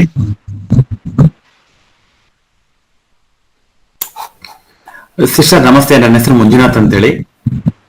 ನಮಸ್ಕಾರ ಸರ್. ರಿಯಲಿ ಸಿಸ್ಟರ್, ಲೈಫ್ ಬೆಳಗ್ಗೆ ಎದ್ದು ದುಡ್ಡು ದುಡ್ಡು ಶಾಪು ಅಂತ ಒಂದು ಫೀಲಿಂಗ್ ಇತ್ತು, ಏನು ಅನ್ಸ್ತಾ ಇದಿಲ್ಲ. ನಿಮ್ದು ಒಂದು ಅಭಿಪ್ರಾಯ ಕೇಳ್ತಾ ಇದ್ದೀನ್ರಿ. ಲೈಫ್ ಅಂದ್ರೆ ನಿಮ್ಗೆ ಅನುಭವದ ಏನ್ ಮಾತ್ರ ಲೈಫ್ ಬಗ್ಗೆ, ಜೀವನ ಬಗ್ಗೆ ನಿಮ್ಗಾಗಿರೋ ಸಾಗರ ಮೇಡಮ್? ಜೀವನ ಅಂದ್ರೆ ಏಳು ಬೀಳಿನ ಸಾಗರ, ಸಮುದ್ರದ ಅಲೆಗಳಿದ್ದಂತೆ. ಅದು ಯಾವಾಗ ಬೇಕಾದ್ರೂ ಹೇಗ್ ಬೇಕಾದ್ರೂ ಬೀಸ್ಬೋದು, ಬಟ್ ಅದ್ರಲ್ಲಿ ಈಜೋ ಅಂತ ಸಾಮರ್ಥ್ಯ ನಮ್ಗೆ ಇರ್ಬೇಕಷ್ಟೆ. ಸಾಮರ್ಥ್ಯ ಇರುತ್ತೆ, ಬಟ್ ಶಕ್ತಿ ನಮ್ಮನ್ನ ನಾವು ಮರ್ತ್ ಬಿಟ್ಟಿರ್ತೀವಿ. ನನ್ ಕೈಲಿ ಈಜಕ್ ಆಗತ್ತಾ ಅನ್ನೋ ಭಯದಲ್ಲಿ ದಡದಲ್ಲಿ ನಿಲ್ತೀವಿ. ದಡದಲ್ಲಿ ನಿಂತ್ರೆ ಪ್ರಯೋಜನ ಇಲ್ಲ, ಸಾಗರದಲ್ಲಿ ಮುನ್ನಡೀತಾ ಹೋಗ್ಬೇಕು, ಎದುರಾಗಿ ಈಜ್ಲೇಬೇಕು. ಈಜ್ದಾಗ ಅಷ್ಟೇನೆ ನಮ್ಗೊಂದು ಏನು ಐಡೆಂಟಿಫಿಕೇಶನ್ ಸಿಗೋದು. ಈ ಒಂದು ಸಮುದ್ರದಲ್ಲಿ ಇವ್ರು ಈಜ್ತಿದ್ದಾರೆ ಅಂತ ಹೇಳ್ತಾರಲ್ವಾ, ಇವ್ರು ಈಜಿ ದಡ ಸೇರಿದ್ದಾರೆ ಅಂತ ಅಂದಾಗ ಸಾರ್ಥಕ ಮನೋಭಾವ ಬರುತ್ತೆ. ಅದಷ್ಟೇ ಜೀವನ, ಅದ್ ಬಿಟ್ರೆ ಬೇರೆ ಏನಿಲ್ಲ ಸರ್. ಇವತ್ತಿರ್ತೀವಿ, ಬರುವಾಗ ಏನು ತರ್ಲಿಲ್ಲ, ಹೋಗುವಾಗ ಏನು ತಗೊಂಡ್ ಹೋಗಲ್ಲ. ಇರೋ 3-4 ದಿನದಲ್ಲಿ ಎಲ್ರಿಗೂ ಬೇಕಾಗಿರೋ ಮನುಷ್ಯರಾಗಿ ಬದುಕಿದ್ರೆ ಸಾಕು ಸರ್, ಆ ಜೀವನ ಸಾರ್ಥಕ ಆಗತ್ತೆ. ಅಕ್ಕ very very thanks, very very thanks ಅಕ್ಕ, ಥ್ಯಾಂಕ್ಸ್ ಅಕ್ಕ. Thank you. ಶಿವಕುಮಾರ್ ಏನು ಮಾತಾಡ್ಬೇಕಂದ್ರೆ ಪ್ರಕಾಶ್ ಮತ್ತೆ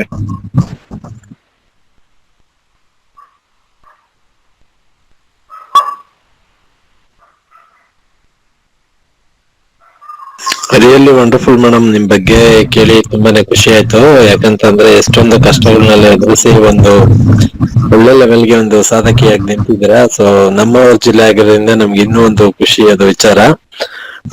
ಸೊ ಇದೆಲ್ಲ ಕೇಳಿದ್ಮೇಲೆ ಸೊ ನಮ್ಮ ಹೆಣ್ಮಕ್ಳುಗಳು ಕೂಡ ಯಾಕೆ ಮಾಡಬಾರ್ದು ಅಂತಾನು ಒಂದು ವಿಚಾರ ತಲೆಗೆ ಬರುತ್ತೆ. ನೀವು ತುಂಬಾ ಜನಗಳಿಗೆ ಟ್ರೈನಿಂಗ್ ಆತರ ಎಲ್ಲ ಮಾಡೋ ಮುಖಾಂತರ ಸೊ ಅವ್ರನ್ನು ಕೂಡ ಸಕ್ಸಸ್ ಅನ್ನು ಆದಿ ಕರ್ಕೊಂಡು ಹೋಗ್ತಾ ಇದ್ದೀರಾ. Really wonderful.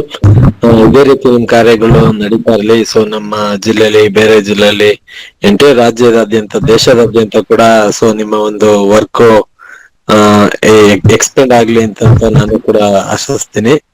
ಸೊ ಇದೇ ರೀತಿ ಮುಂದುವರಲಿ ಮೇಡಮ್. ಎಲ್ಲರೂ ಕೂಡ ನಿಮ್ ತರನೇ ಸಾಧಕಿಯಾಗಿ ನಾನು ಈ ಒಂದು ಸ್ಥಾನದಲ್ಲಿ ನೋಡಕ್ ಇಷ್ಟಪಡ್ತೀನಿ. Thank you ma'am. Thank you so much sir. Okay, ಬೇರೆ ಯಾರಾದ್ರೂ ಮಾತಾಡೋದು? ಎಸ್,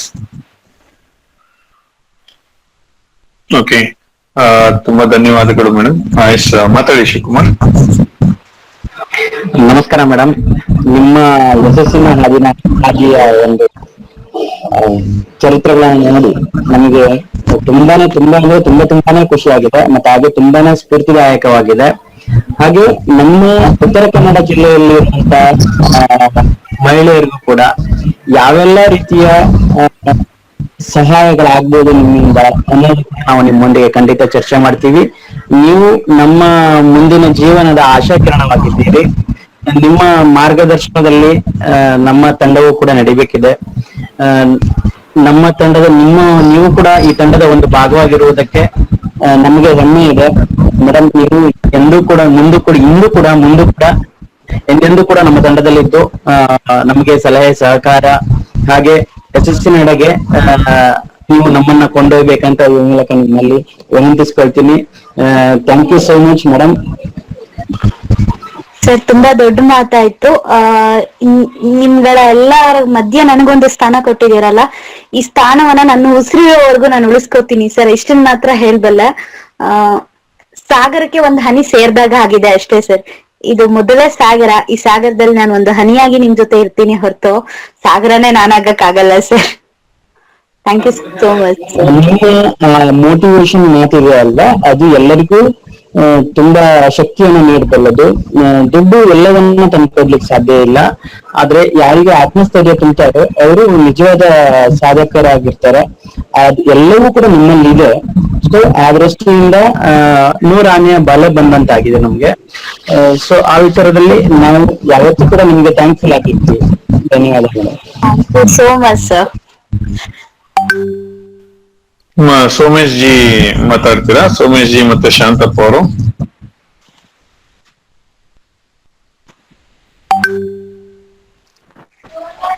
ನಮಸ್ಕಾರ, ಶಾಂತಪ್ಪ ಅಂತೇಳಿ ಬೆಳಗ್ಗೆ ಮಾತಾಡ್ತಿರೋದು.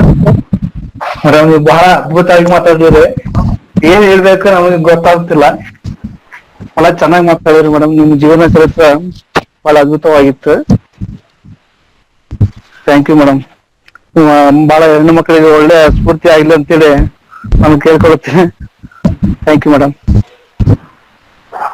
Thank you sir. Thank you. ಮಾತಾಡಿ ಗುರುಸಿದ್ದಾಚಾರ್ಯ. ನಮಸ್ತೆ. ಎಲ್ಲರಿಗೂ ನಮಸ್ಕಾರ. ನಮಸ್ತೆ ಅಕ್ಕ. ನಮಸ್ಕಾರ ಸರ್. ಅದೇ ಅನುಭವ ಅನ್ನೋದು ಜೀವನದಲ್ಲಿ ಸಾಕಷ್ಟು ಮಾತಾಡ್ಸತ್ತೆ. ಹಾಗಾಗಿ ತಮ್ಮ ಅನುಭವ ಜೀವನದಲ್ಲಿ ಸಾಕಷ್ಟು ಪಾಠ ಕಲ್ತಿದ್ದೀನಿ ಅಂತ ಹೇಳಿದ್ರಿ ಅಕ್ಕ. ತಮ್ಮ ಜೀವನದ ಸಾಧನೆ ಕೂಡ ಅತ್ಯಮೂಲ್ಯ. ಮತ್ತೆ ನಾವು ಎಲ್ಲರಿಗೂ ಕೂಡ, ಎಲ್ಲ ಹೆಣ್ಮಕ್ಳಿಗೆ ಅದೊಂದು ಸ್ಫೂರ್ತಿ ಆಗ್ಬೇಕು. ಎಲ್ಲ ಆಗತ್ತೆ. ಯಾಕಂದ್ರೆ ಹೆಣ್ಮಕ್ಳ ಸಾಧನೆಗೆ ಅಸಾಧ್ಯವಾದದ್ದು ಯಾವುದೂ ಇಲ್ಲ ಅಂತ ನಮ್ ಗುರುಗಳು ಯಾವಾಗ್ಲೂ ಹೇಳ್ತಾ ಇರ್ತಿದ್ರು. ಸಾಧಿಸ್ಬೇಕು ಅನ್ನೋ ಛಲ ನಮಗಿರ್ಬೇಕಷ್ಟೇ. ಮುಂದೆ ಹಿಂದೆ ಗುರು ಇದ್ರೆ ಖಂಡಿತವಾಗ್ಲು ಯಾವ್ದನ್ ಬೇಕಾದ್ರೆ ಎಂತ ಕ್ಲಿಷ್ಟಕರವಾದ ಸಮಸ್ಯೆ ಇರ್ಲಿ ಅದಕ್ಕೆ ಪರಿಹಾರ ಖಂಡಿತ ಇರುತ್ತೆ ಅಂತ. ಹಾಗಾಗಿ ಅದನ್ನ ತಾವು ಸಾಧಿಸಿ ತೋರಿಸಿದ್ರಿ. ಎಲ್ಲ ನಮ್ಗೆಲ್ಲರಿಗೂ ಸ್ಫೂರ್ತಿಯಾಗಿದ್ದೀರಿ. ಖಂಡಿತವಾಗ್ಲು ನಾವು ಕೂಡ ನಿಮ್ಮಂತೆ ಮುಂದೊಂದ್ ದಿನ ಒಂದು ಒಳ್ಳೆ ಸಾಧನೆ ಮಾಡಿ ಈ ತರ ಬರ್ಬೇಕು ಅನ್ನೋ ಆಸೆ ಕೂಡ ನಮ್ಮಲ್ಲಿದೆ. ಹಾಗಾಗಿ ಈ ಪರಸ್ಪರ ಅಂತ ಒಂದು ತಂಡವನ್ನು ಕಟ್ಕೊಂಡಿದೀವಿ. ನಮ್ಮ ಕುಟುಂಬದಲ್ಲಿ ತಾವು ಕೂಡ ಸದಸ್ಯರಾಗಿದ್ದೀರಿ. ನಮ್ಗೆ ತುಂಬಾ ಸಂತೋಷ ಇದೆ. ಖಂಡಿತವಾಗ್ಲೂ ತಮ್ಮ ಸಹಕಾರ ನಮ್ ಜೊತೆ ಇರುತ್ತೆ. ನಮ್ ಸಹಕಾರವೂ ಕೂಡ ನಿಮ್ ಜೊತೆ ಸದಾ ಇರುತ್ತೆ ಅಕ್ಕ. ಯಾವುದೇ ಸಂದರ್ಭದಲ್ಲೂ ಕೂಡ ನಾವು ನಿಮ್ ಜೊತೆ ಇರ್ತೀವಿ. ನೀವು ಕೂಡ ನಮ್ ಜೊತೆಲೇ ಇರಿ, ನಮ್ ಕುಟುಂಬದಲ್ಲಿ ಒಬ್ಬರಾಗಿರಿ ಅಂತೇಳಿ ಆಶಿಸ್ತೀನಿ ಅಕ್ಕ. Good night. ಖಂಡಿತ ನಮ್ಮ ಕುಟುಂಬಕ್ಕೆ ನನ್ನನ್ನು ಸೇರಿಸ್ಕೊಂಡಿದ್ದಕ್ಕೆ. ಓಕೆ, ಲತಾ ಅವ್ರು ಹ್ಯಾಂಡ್ ರೈಸ್ ಮಾಡಿದ್ದಾರೆ, ಮಾತಾಡಿ. ಹಾ ಸರ್, ಎಲ್ರಿಗೂ ನಮಸ್ಕಾರ. ಮೇಡಮ್, ನಿಮ್ದು ಅವಾರ್ಡ್ಸ್ ಮತ್ತೆ ಜಾಬ್ ಅಂತ ನಮ್ಗೆ ನಿಮ್ ಜೀವನನೇ ದೊಡ್ಡ ಸ್ಫೂರ್ತಿ ಅಂತ ಅನಿಸ್ತಾ ಇದೆ ಇವತ್ತಿಂದ. ನಾನು ಕೂಡ ಟ್ರೈನಿಂಗ್ ಪ್ರೋಗ್ರಾಮ್ಗಳನ್ನ ಮಾಡ್ತೀನಿ. ಜನ ಹೇಳೋದಂದ್ರೆ ನನಗ್ ಸಪೋರ್ಟ್ ಇಲ್ಲ, ದುಡ್ಡಿಲ್ಲ, ಎರಡು ಬಿಟ್ರೆ ಆತ್ಮಸ್ಥೈರ್ಯ ಆಗ್ಲಿ, ಅವ್ರಿಗೆ ಏನ್ ಕೆಪಾಸಿಟಿ ಇದೆ, ನನಗ್ ಬೇಕಾಗಿದೆ ಸೌಲಭ್ಯ, ನಾನು ಹೋಗಿ ತರಬೇಕು ಅಂತ ಇಲ್ಲ, ಅವ್ರ ಜೊತೆಲಿಗೆ ಎಲ್ಲ ಬರ್ಬೇಕು. ಎಷ್ಟೋ ಟ್ರೈನಿಂಗ್ ಪ್ರೋಗ್ರಾಮ್ಗಳಲ್ಲಿ 80% ಅದೇ ಮೈಂಡ್ ಅಲ್ಲೇ ಇದ್ದಾರೆ.